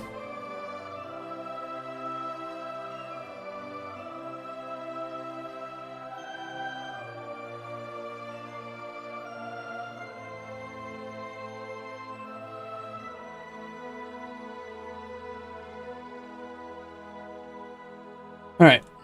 I'm sorry that I haven't unpaused in a little while, but this is the type of stuff that actually is the most important toward the end of a campaign of World Conquest. It's more about how do you break down the problem of logistically consuming the world. It's not a question of can you, it's just can you do it efficiently? Or it's not a question of is it possible, but how can you do it the most efficiently? So first things first is that we need to just get full peace. We need to have armies in position to attack the Oirat and Ming. And then as a follow-up, we want armies in position to attack Bukhara, who I'm assuming is going to get military access. Well, we'll have access through Western Oirat. There's a fort there, but we'll already have it sieged, most likely. So let's start positioning forces up here.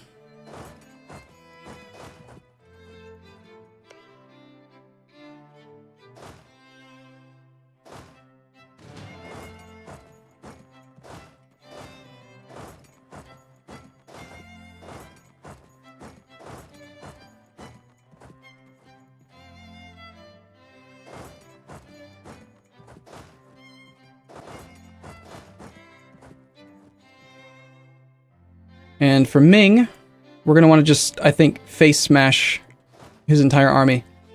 He's got a 36 combat with infantry thing here in flat terrain, so we want to just match it. Looks like this province is closer, so I'm going to put enough infantry to engage that army. That is 25, 32. Just give me all that.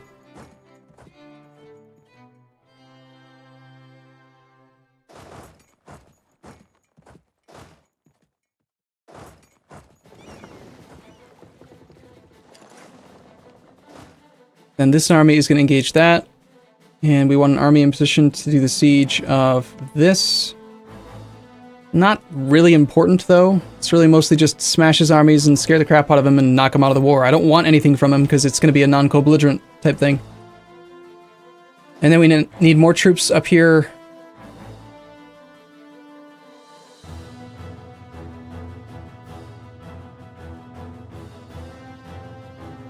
We can bypass that fort, march to here, and get right directly on the capital first. So we want to put most of these troops here.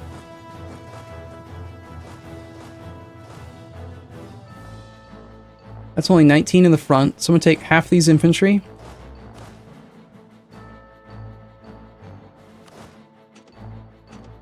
Roughly. And have them head up that way as well. Alright, so that takes care of the preparations for Oirat Ming. I prepared for Bukhara. We need to prepare for Great Horde. Which is nothing really, it's just, I mean, it's already here. It's just, this is all we need really, it's just these guys. Let's check unrest though, make sure that this guy's okay. Yeah, he's having some issues. He could use one of my armies standing on pretty much every province he owns. Apparently we have military access to the Ottomans right now. I don't know who is dumb enough to have asked for military access, but we'll take advantage of it.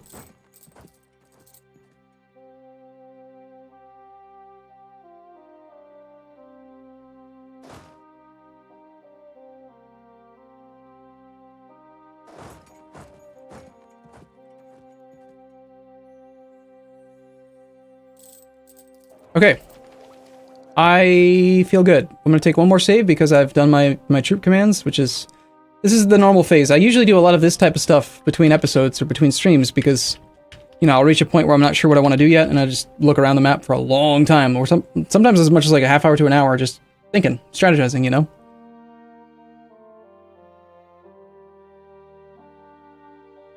Only in campaigns like this, obviously. This is different than your average YouTube campaign. I don't normally care that much. Usually just record, just play, have fun. Okay, more peasants.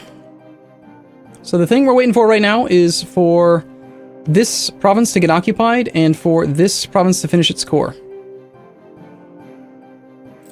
I think just in case, to make sure I don't forget, we immediately enable scutage on his Senwi so that he cannot join any future wars on accident.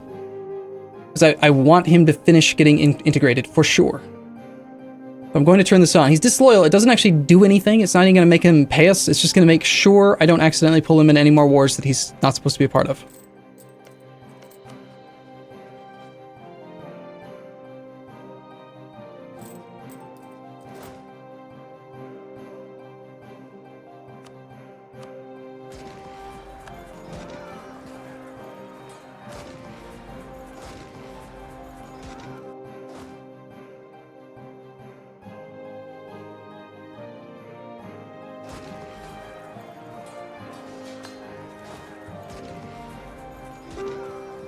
I wonder if my buildings are done yet. They are. We've gained quite a bit of force limit. Got room for about 100,000 more men. We've got 183,000 manpower. I think it's time to train a few more men. I've got a navy called Ming Sucks. A template, that is. I feel like probably going to need more cannons. I've been doing a lot of infantry lately because I've been doing unrest, like suppression. But I am going to need a lot more cannons for the Persian forts and the Russian forts and the French forts. So let's train up 3 of these stacks. We'll go like one here. We'll put one in Iberia. And let's get another one. I don't know, somewhere in the center of Asenwi would be fine. Oh, he's disloyal, that's right. Alright, fine, over here then.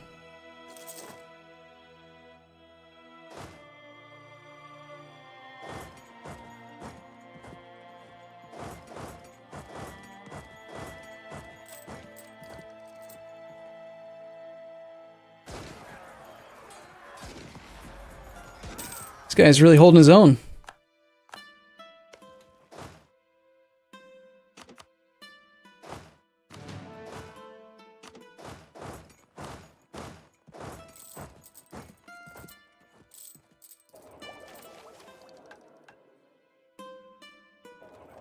I think that core is done. It's just a territorial core, so that's all we're going to inherit, but that's better than nothing. And even though he's working on this, if I try to wait now for his Senwi to finish coring to get my vested points, then the timer that we're waiting on, that deadline was September of 08. That's going to go away, and then the cost is just going to go up anyway because it's just going to go up because I'm not going to have the modifier from the parliament. So even though he's trying to core this land, we're just going to pretend like he's not, because it doesn't matter. There's no way he can finish it before that modifier drops off. So, thanks for trying. Would have been nicer if you had made one of these into a full core for me instead. I do still want to fabricate claims on a few people. Bohemia was one of them, but he was counter-espionaging me. I was getting like 0.09. I'm going to try again. The AI cheats. They're such cheaty bastards. They know exactly when you're fabricating on them.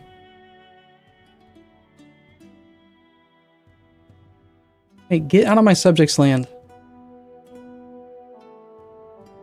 Dude, go deal with that. Why are you so stupid? I swear both my subjects are complete idiots.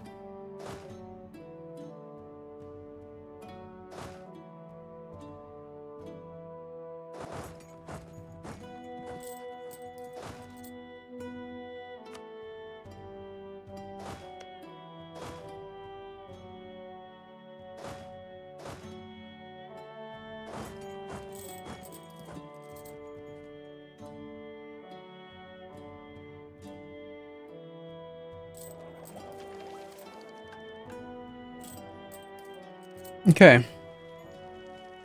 We'll have a couple diplomats free so we can do our stuff here. No, I don't think I care to influence Senwi, considering he's going to cease to exist in 14 days. Roughly.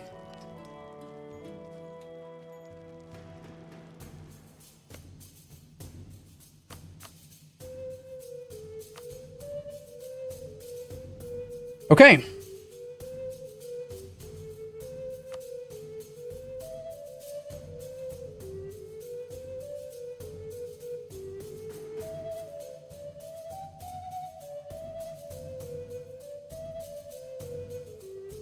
Here comes the big moment then.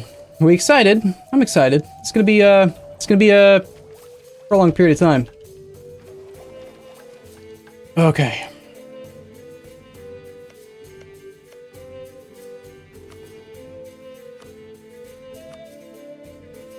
So the only thing we want from you is everything you own.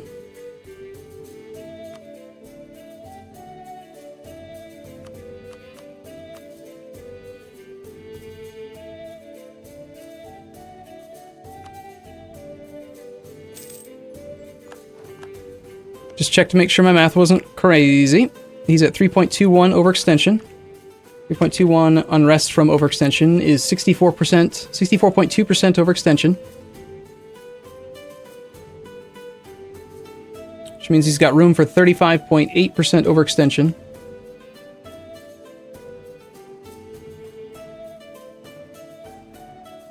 Means he can handle 59 development. And I'm going to give him 48. Yep, okay, my math worked out. Okay. So the next thing we do then is we now peace out Denmark for full annexation. Oh, I didn't even realize he owned that land up there.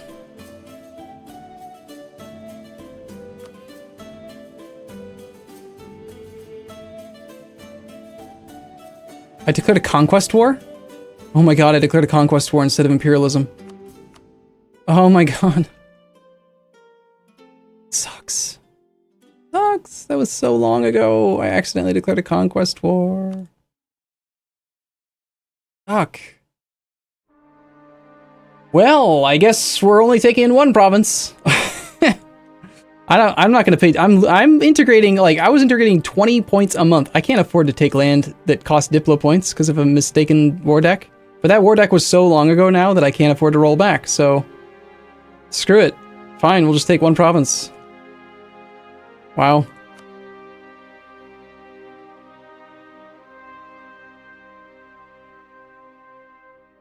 That's a big mistake. Derp.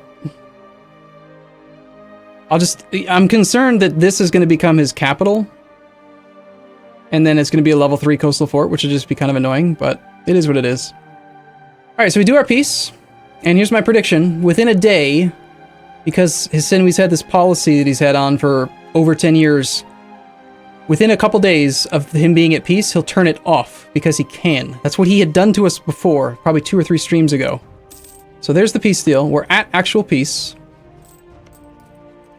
And then this is where last time we got really confused, because all of a sudden the number out of nowhere went up above 100% because he turned his policy off. Now, of course, to mess with me, he's probably going to keep it on.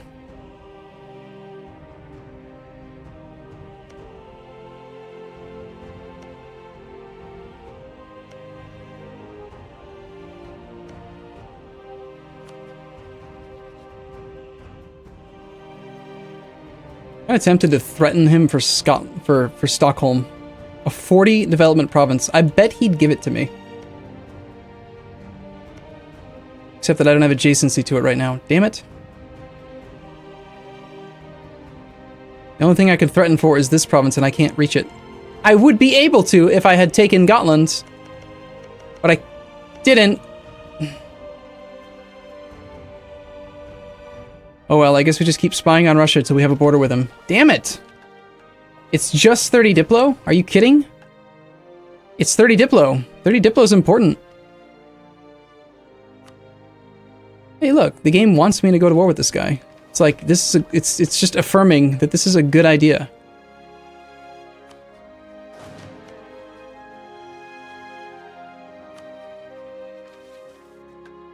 Our manpower reserve needs to recover. Yeah, no. Well, let's wait and see. Let's see if he actually turns that policy off. He better. That bastard. If he doesn't, that's going to throw a huge, huge kink in my plan.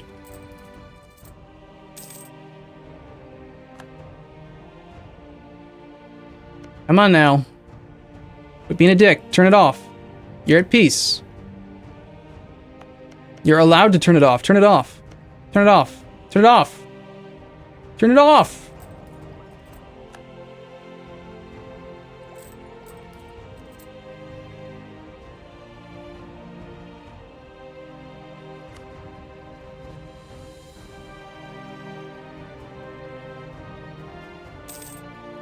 He's not turning it off. Alright, sometimes the AI likes to turn things on and off when you reload the save. I'm gonna reload the save.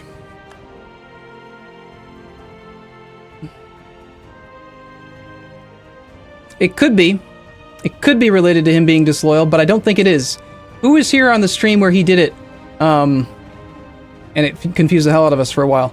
If you were here then, I'm pretty sure he was disloyal already, and I was really surprised to see him accidentally get integrated because he was disloyal. I don't think that him being disloyal means that he's like intentionally turning that policy on. I'm pretty sure he just we're not squirreling here. We're literally just reloading the game because it makes the AI reassess their policies and stuff. He was disloyal by then? Yeah. I'm pretty sure he was disloyal, and yet he kept turning the policy off because we were at peace, which is why we decided to stay at permanent war until we could make him core some more stuff to try to get those Diplo point, the already invested points out of him. But now if that whole thing has changed, I'm going to be pretty pissed because you need to turn your damn stupid policy off. There. See? He did it.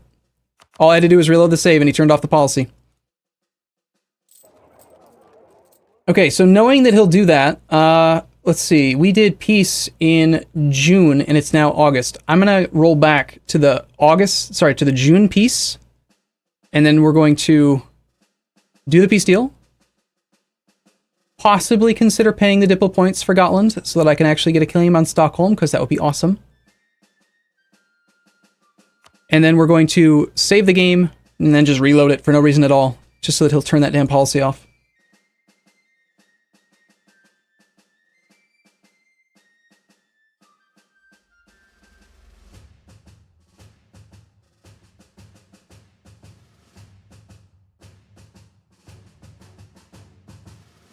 Yeah, no, it wasn't related to his disloyal status. He's disloyal right now, but he just turned it off a second ago.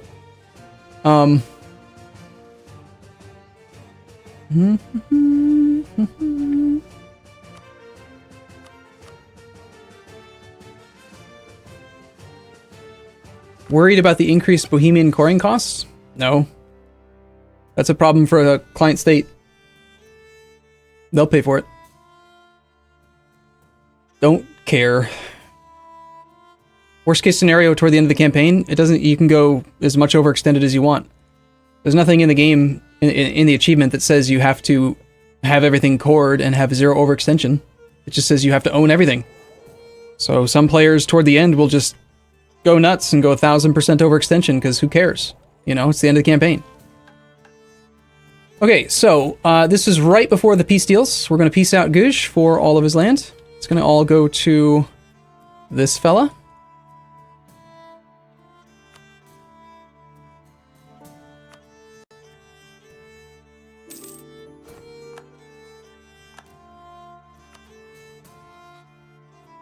And we're going to laugh at my inability to declare imperialism, which for some reason is not at the top of the list always. It's below Conquest. I do think for 16 dip, I'm willing to pay the 16 dip, not because I really want this land, but because I really want the claim on Stockholm, which I can't get if I don't have adjacency to it. And I've got 20 spy network strength against Russia right now. I hate the fact that I have to pay 16 dip for no reason at all, other than I clicked the wrong button when I declared war, but also, I'd rather not have to siege the fort. This will put a level 1 fort on that little island over there instead.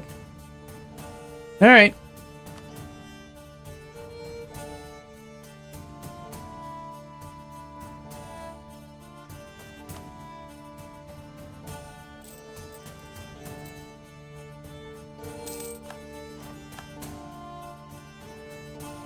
Okay, now we can get a claim on Stockholm because of our adjacency in Gotland. Let's do that.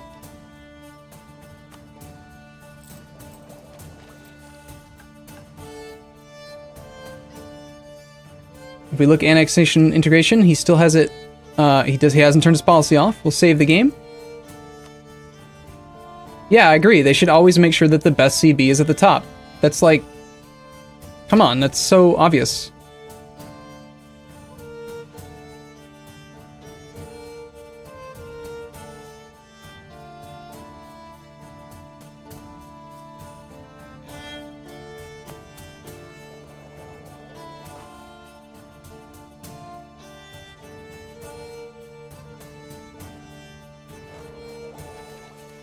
Okay, what was the next thing on my list of things to do? Wouldn't mind being at peace for a few months to get war exhaustion down. That would be quite nice, actually. Okay, so the next thing on my list of things to do is to save the game. Not because I'm creating a backup save, but because we're literally just going to reload the save now.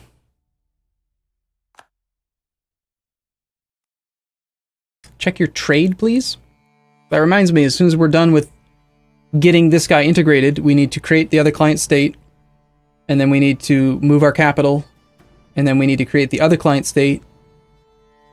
Timing's a little bit wonky. We'll be over the Diplo point relationship limit for just a couple months while we finish the integration of the Mamluks.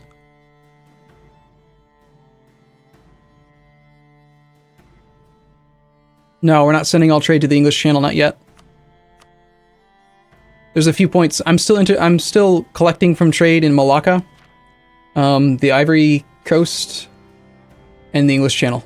I think I'm collecting in about 3 separate areas. Once we move our capital, it'll make sense to ferry it around, but for now it doesn't.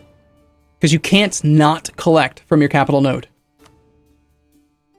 And I'm not going to move my trade capital. So I have to collect in Malacca no matter what, which means I can't ferry all of the trade of North America through Asia. So no, we're not sending the trade to the English Channel yet, but we're about to very soon. Okay, so we just reloaded the save. We go in here, we wait probably 1 day. And there, just like that. As expected, he turned it off. All we had to do was reload the save. So now next month, because he's 103.6% integrated, despite having 76 Liberty Desire, he will get integrated at the beginning of next month.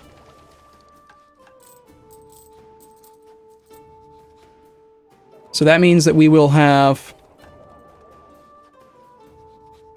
We currently show 6 out of 7 relations. So I can release 1 client state right now out of this province. I'm going to release it out of the...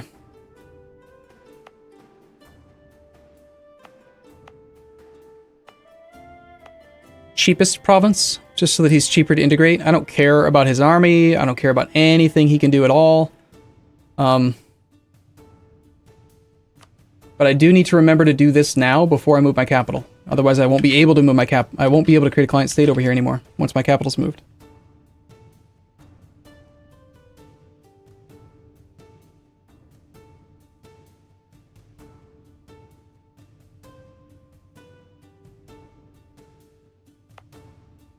Options for removal are pretty much just this one. It's got to border the Oirat because his immediate food is Oirat. So this is really the only option. So we're going to create a client state here. What are we going to call him? That's the next big question. Bob's.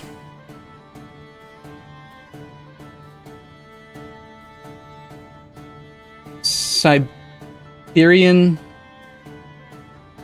Huskies? Sure. Next, we decided that we wanted to make them a local dynasty, so that if they have a horrible leader who is like balanced personality or like something stupid that we don't like, that doesn't fabricate claims, that we can switch to our dynasty instead. Bob's Frozen Waste, Bob's Mandate, Bob's Desert Bears, Siberian Wonderland.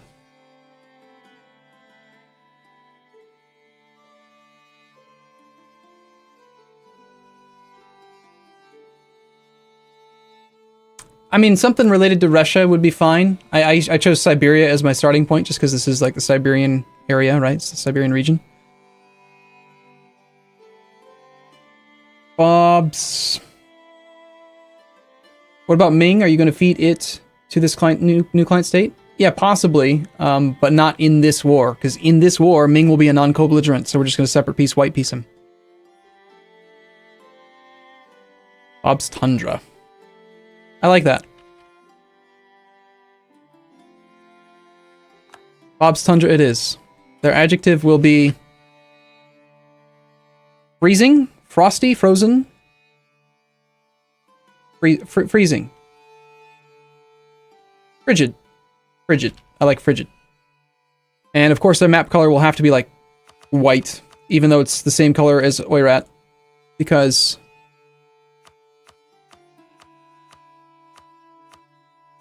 he's going to kill Oirat. See, that's a whiter white than Oirat. It's a winning white. Bob's Tundra it is. So he spawns in on 24-24-24 with 39 ideas. He's got same set of ideas as every other client state subject nation that we've made. So Bob's Tundra's got great core creation cost reduction, full administrative, full quantity, full quality, full defensive. It'll be good. Alright, so that puts us back to 7 out of 7. We now wait the month for the integration to continue.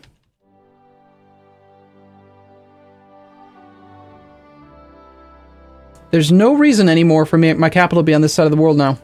That was the last client state that I wanted to release.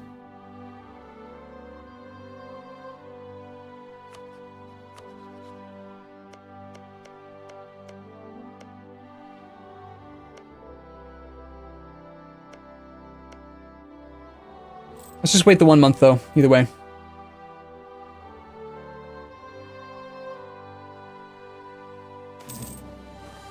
There's the integration of his Senway right on command. We now have Ryukyu and East Indies and Bengal right in the center of Ryukyu. Let's turn on all the forts.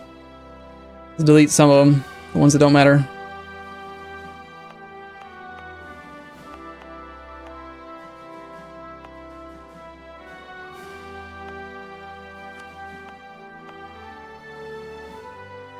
Most of them don't matter, but I don't need the money right now anyway.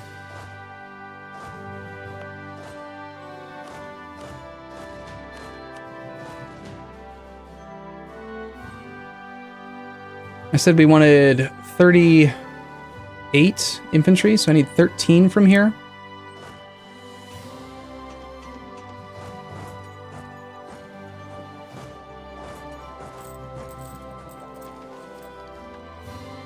Okay, so now, again, we're back down to 6 out of 7 relations. This is another good example of a time now where I've got full cores, for the most part, that I've inherited from this guy, that if I have any states that suck, that have, like, really low development, I can trade those for full core states already that he just gave me. So this is all full cores. This is what's currently a state. So, for example, we've got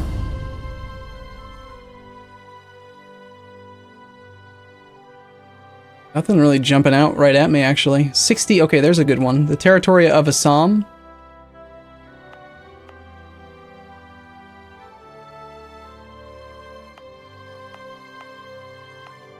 These are already full cores.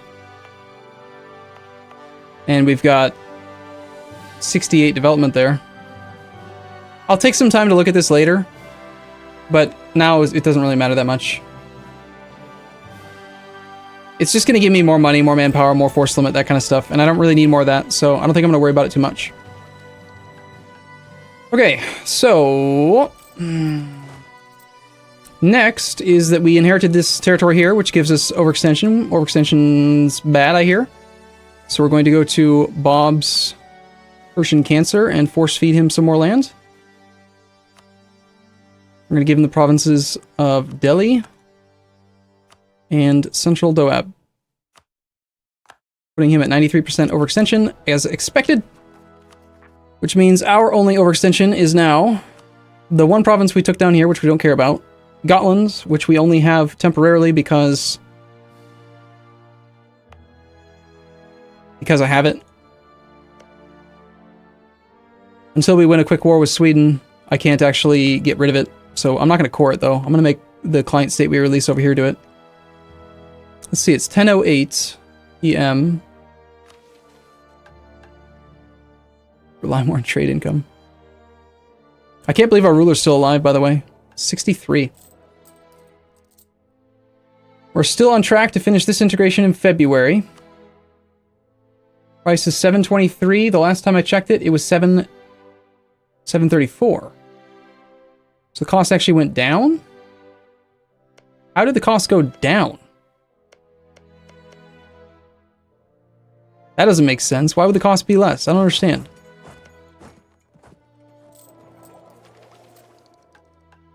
Maybe I just wrote it down wrong. That's a pretty reasonable explanation. Why not just core it? Because that's the reason I have subjects, so that they deal with it. Because I want to take land from other places. I want to be more selective. I need the ability to float overextension, to move it around, to trade it, to create client states, that kind of stuff. Why not just core Sealand, or Shelland, however you pronounce it? I could. The advantage to giving it to a client state is that it's going to immediately be a 35 development province at 0% autonomy for a subject, which is pretty good. And also, when I integrate him, I'll get a full core. for Diplo points, which are generally speaking slightly less valuable, and it's cheaper for me to integrate overall with my idea set via diplomatic integration than it is for me to core. So sure, I could core this, but this only gives me a territorial core. I have to pay twice this to actually get the full core. It's like, the last time I did the math, it's like 3 or 4 admin per development for me to annex land myself, and it's like 1 to 2 Diplo for me to diplomatically integrate land, which is why my focus has been on Diplo points for forever, for a long, long time.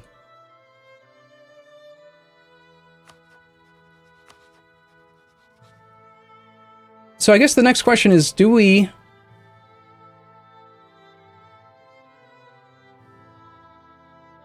We have to be at peace to move our capital, so now is the time then, isn't it? I think now's the time to just move the capital.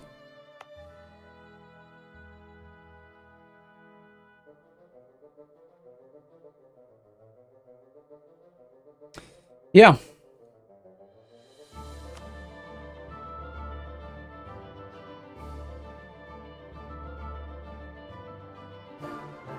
The only reason I had held off on doing it is because I was at war, and because I needed to...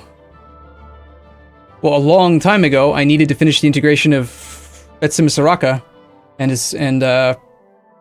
whatever this guy was, the Maldives.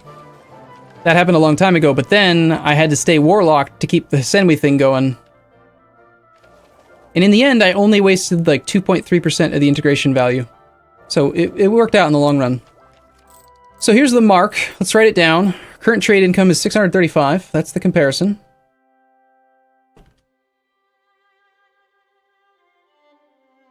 We did do this before. In 1700, right before the annual tick, and we were trying to spawn the institution, the Enlightenment, in like 2 provinces, and it just didn't work out. That's why I rolled back the save and I spawned it over in Asia to try to prevent it from spreading as fast as it could. Speaking of the Enlightenment, just out of curiosity, it's present in 2.8% of provinces right now. So, okay, I think we just do it. I don't think there's much to talk about. Is there anything I've missed out on? London's not really the best choice because of the double estuary. The double estuary means that you would ideally prefer for it to be in charge of the merchant guilds, because you end up with an extra 10 provincial trade power that gets propagated upstream just based on having the burghers in charge. Same thing with Holland. Utrecht, on the other hand, has no provincial modifier at all, and it's got a level 6 fort, and it's the place to go. It would cost me more monarch points to move to this location because it's got less development. And the reason why we never did London, or didn't take the opportunity to use London before, is that if you have a contiguous land-based connection, not including straits, to your capital, then you can create client states on other continents. So for right now, our overseas provinces, this is all part of the Asian continent, and so we're allowed to make client states everywhere here. We can't make it over here. If I move my capital over here into, say, Great Britain, then I'm allowed to make it everywhere in Europe. So the border will basically be here again. But I will not be allowed to make it over here. But if my capital is in Utrecht, and then we have a contiguous connection to over here, then we will again be allowed to create client states. So there's a small argument for having it here. I'm going to choose this location.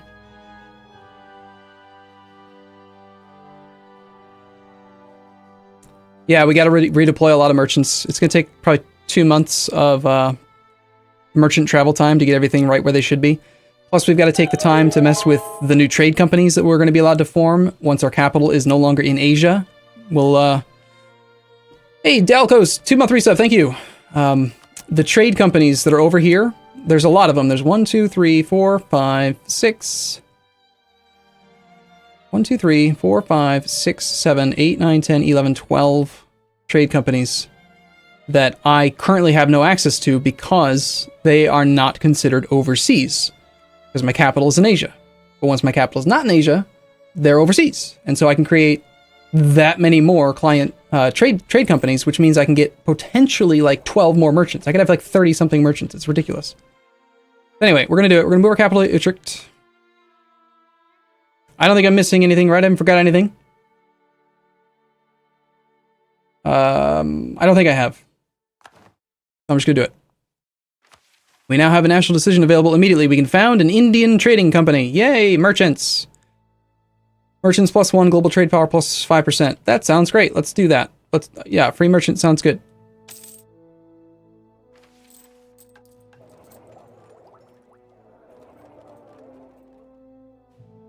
Just out of curiosity, I mean, I don't care about these other missions. I'm going to try taking this we should rely more on trade income mission. It might actually happen. Okay, so now that our capital is here, the overseas map mode changes completely. And again, that's exactly where I said the border was going to be. It's all of Europe is now considered to be not overseas. So the first thing we want to do is create the client state in Shelland. Because I don't want to core it. I don't want to take the time. I don't want to take the 24 months of overextension. I just want to create somebody right away, and then I want to attack Sweden and feed him. Which means I should probably also consider putting an army up there.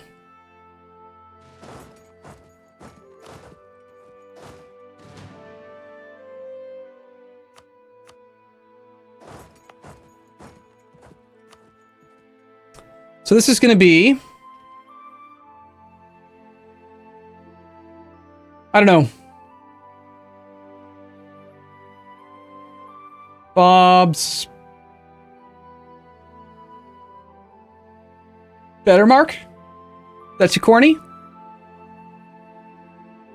Bob's...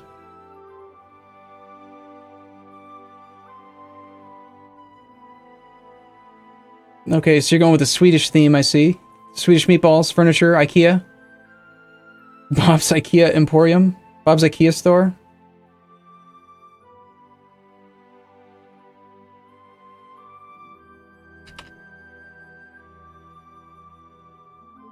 Let's see.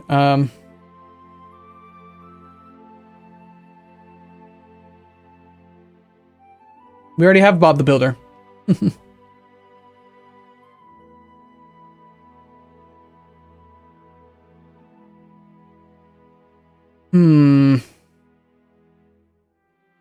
I'm not seeing anything that's like really catching my eye yet. Paradox. You guys keep saying paradox because of Sweden, sure, but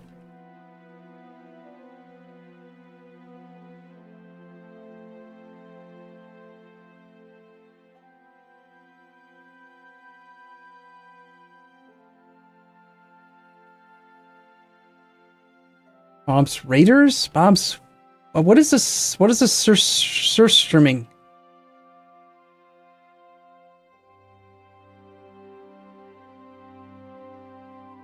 I know Paradox is not in Denmark, but people are talking about it because this subject's going to eat Sweden.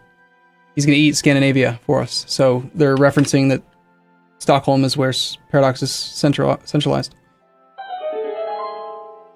Bob's... Sure, we'll just call it Bob's Vikings. Why not? It's just... I don't want to think about it too much. It's going to take too long. I want to get this stuff done. Bob's Vikings and Paradoxical. Map color can be... I like the colors that are easier for me to see in comparison to other nations. Krev Demon, 3-month resub, thank you. Unfortunately, because there's no sea tile adjacency, I can't give him Gotland right now. We'll have to wait till we actually attack Sweden before he'll accept that land. Like Sweden has built a new fort. It sucks. So we'll park an army up there. We have boats here. These troops aren't really doing anything.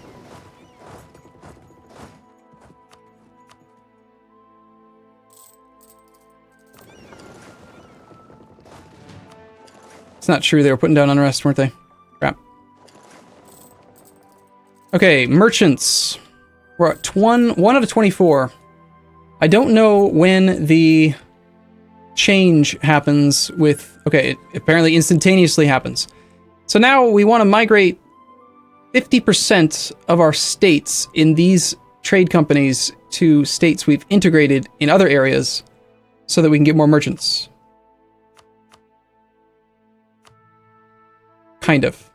At the very least, I want to go through every trade node and just click the button. You know? If we're playing on 1.19, there's no penalty to adding and removing from a trade company. So if it's not currently a full core, it should be in a trade company. So we'll just do that on every single one of these.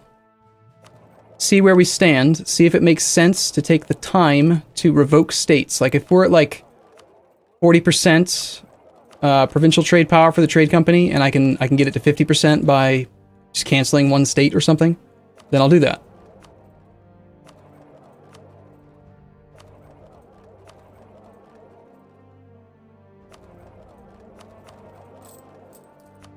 Okay, these are our new trade companies. 10.1, 13.8, 19, 5.9. Quite a few of them are not looking good. South Chinese, the Filipino South China Company is close. It's the closest. So the Filipino South China Company is this one here.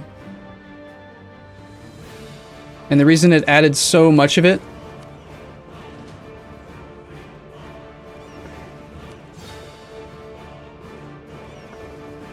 is because I just integrated all that land from Hisenwe. We didn't lose the full cores. Those are still there.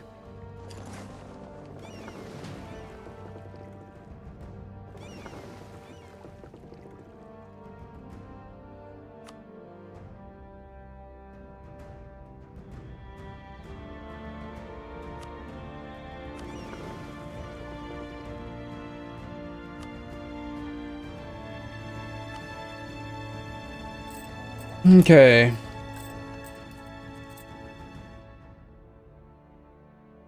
I'm gonna take the time to figure this stuff out between episodes. So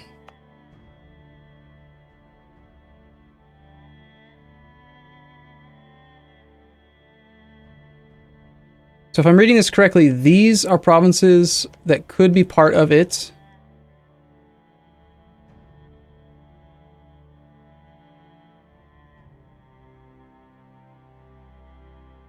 How on earth is it saying that we only have like 30% when like literally every province in the entire state? I think we need to wait a month. I don't think that it's updated. I don't think it's correct. It seems ridiculous that we don't have 100%. It's all there. And of course I'm gonna have to revoke all of my merchants and we've got to do all kinds of stuff. We have to wait 1 month because for whatever reason, when you move your capital, there's still no option to switch. This is still going to collect from trade next month. I can't stop it. There's no way that I'm aware of to change that. So we got to wait 1 month.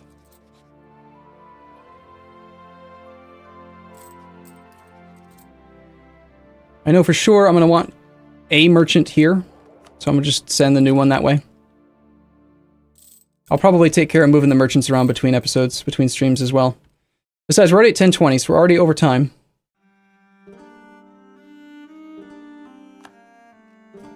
Foreign contacts has just expired.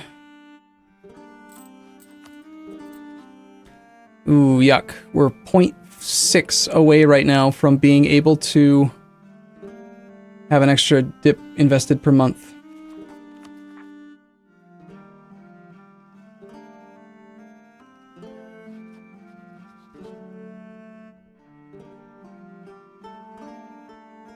That Danish province is kind of annoying.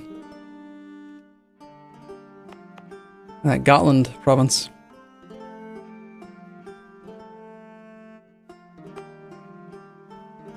I could just return it. I don't think it's an issue. I think we're still on track to get the integration done in time. Okay, so we're gonna get all of our pop-ups about trade because now, for the first time in the entire campaign, trade value is actually allowed to move to the new world. Sorry, the old world. So we get price of China where it will increase by 50%. We gain prestige. I don't think there's any subjects that I need to, like, pound down as far as Liberty Desire goes. Maybe Catalonia. We might as well, since we have the monarch points, or we have the prestige for it.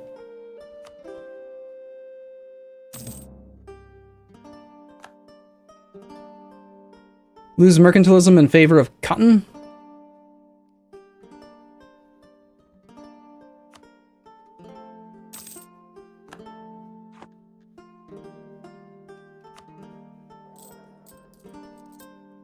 wool versus cotton. I think the last time I looked at this, it made sense to actually increase the price of cotton, doesn't it? I think cotton is worth more overall as a trade good than wool. And so even though you take a mercantilism hit, you're better off as far as pure overall trade income. Yeah, the current price is 4.35 for the cotton, whereas the wool is got a current price of 2. Like, who cares? I'll actually take that mercantilism hit. Okay, so we're waiting till this month finishes so that we can get our merchant. East Indian trade route has happened to us. Great. That's a triggered modifier.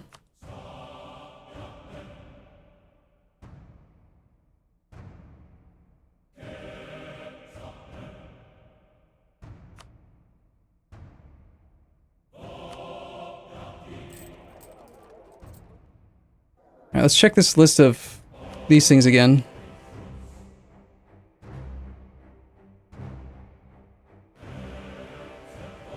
Okay, it did update. It's 47.5% in the Filipino South China Company. You must have at least 51% of the province trade power in the region to become the dominant trade power. I swear, I guess I just don't read this thing correctly or something.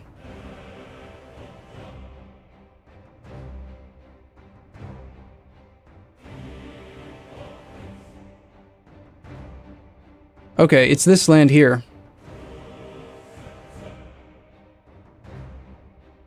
So basically, I need to give away like 2.5% of this land in order to get an extra merchant.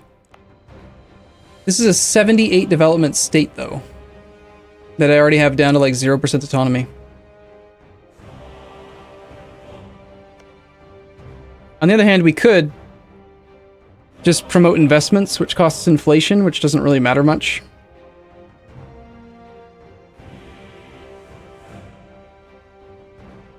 That gets us a merchant, which I think is worthwhile.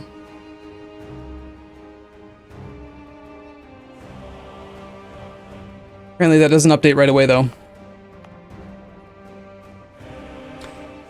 Alright, trade income last month, even though things were screwed up, was 683. So already we have more trade income now.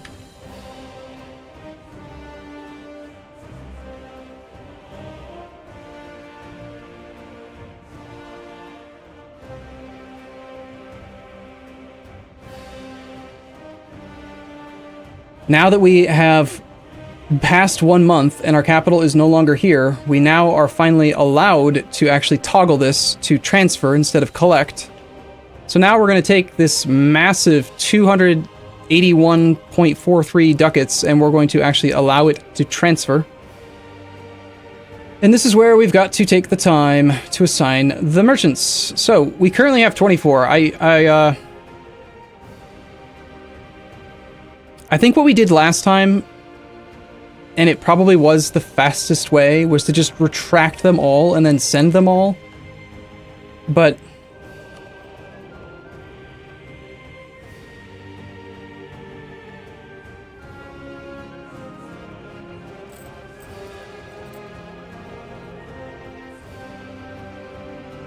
Cape of Good Hope we're also collecting in. We need to stop doing that. So we're going to transfer here now instead. And then here, we're currently setting to the Caribbean, which is what we want. Almost all the wealth is going that way.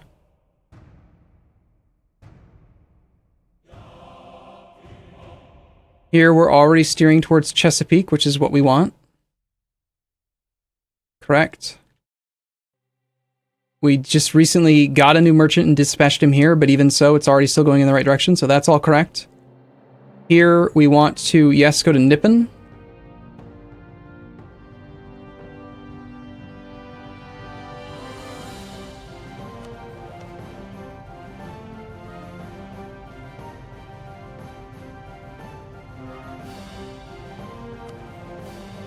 Okay, steering. This is going toward Malacca. Kedah doesn't exist anymore, so... Wait, there's only, yeah, it's the only direction that it can go. This we're sending to the Philippines so that it gets an extra boost, and then it goes here to here to here. That's fine. We should get the next available... Well, actually, there might be merchants that are interior. Like, this one doesn't matter. No matter what, it's going to go in a direction that I like. This, we want the merchant chain thing to be as long as possible.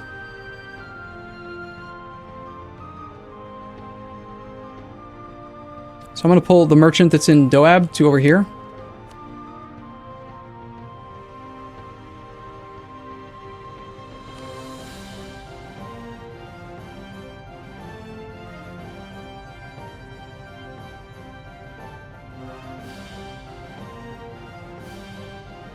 I need to get more ships in this area so that we can use that as another multiplier. And I need to lock this thing down. I need 100% control here. I also need to assess which nodes actually need light ships in them. I don't think Malacca needs any. Bengal is the only other nation with trade power, so all of these ships are completely unnecessary.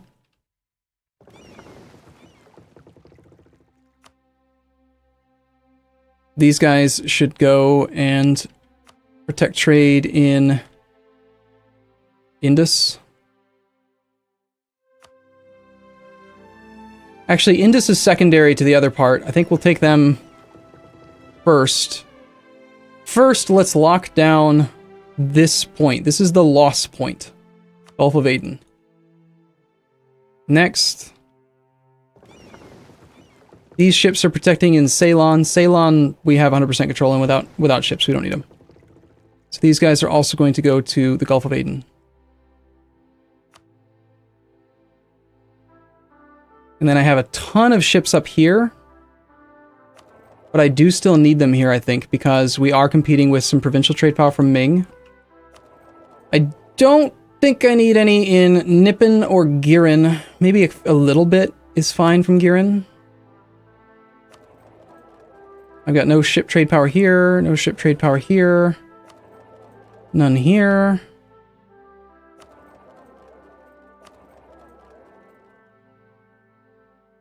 I have 147 in Ceylon still? Or is that what it used to be? Is there another fleet that's doing it?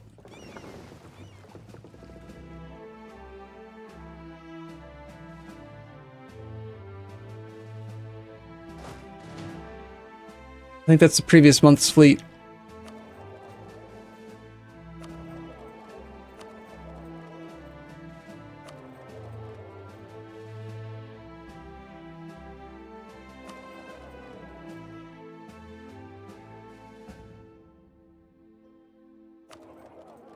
Okay, well, I think that's good enough for now. I'm going to take a save, and we're going to go one more month to just see if that changes things, and then I'm going to have to wrap up the stream. And then between this stream and the next, I'm going to go through and like try to do the trade companies so we get more merchants, so we get more multiplicative trade value. Because every province that it goes through with a merchant that's steering, it multiplies it. It gets multiplicatively bigger and bigger and bigger and bigger.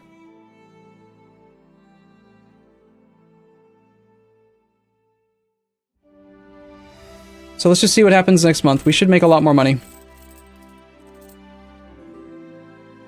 And we need to be ready for our next war with Sweden. Sweden, Oirat, Ming, Bukhara, Great Horde, they're all next up on the chopping block. So unless I've made a horrible, horrible, terrible mistake somewhere along the way, we should see that number go up right now. Didn't go up. Bum, bum.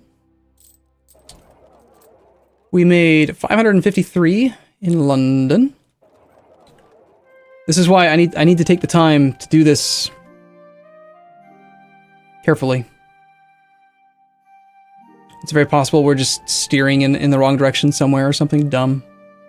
Alright, total value of trade nodes. Chesapeake, that's what it is. This happened last time too. Yep, crap. It's over here. Right now, I am making my clients, my colonial nations, filthy, stupid rich.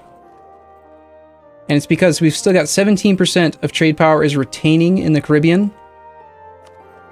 This is where we're hemorrhaging money. 29% is retained by these derps. So I need a lot more ships here. 39%? I mean, look at this. This guy, Bob's Penguins, is making 61 ducats a month now. Bob's Trailer Park, 37. Bob's Moose Ranch, 30. We're making him stupid, filthy rich. So, anyway, I'll roll back to the previous month. It'll take a month or two to get all the ships where they need to be, but we're going to get about 75 to 80% trade power is the goal amount, and then that's where the multiplicative numbers start to compensate for the fact that people still try to leech your income. Also, I don't think I'm nowhere near my naval force limit right now. I can make like another 500 light ships. Actually, I can make probably 650. So we'll train up another 650 light ships, get them all the hell over there, and it's gonna go nuts. So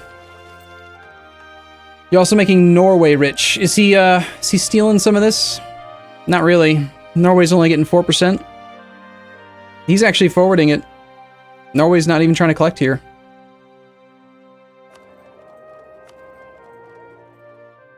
Norway's primary node is actually Lubeck.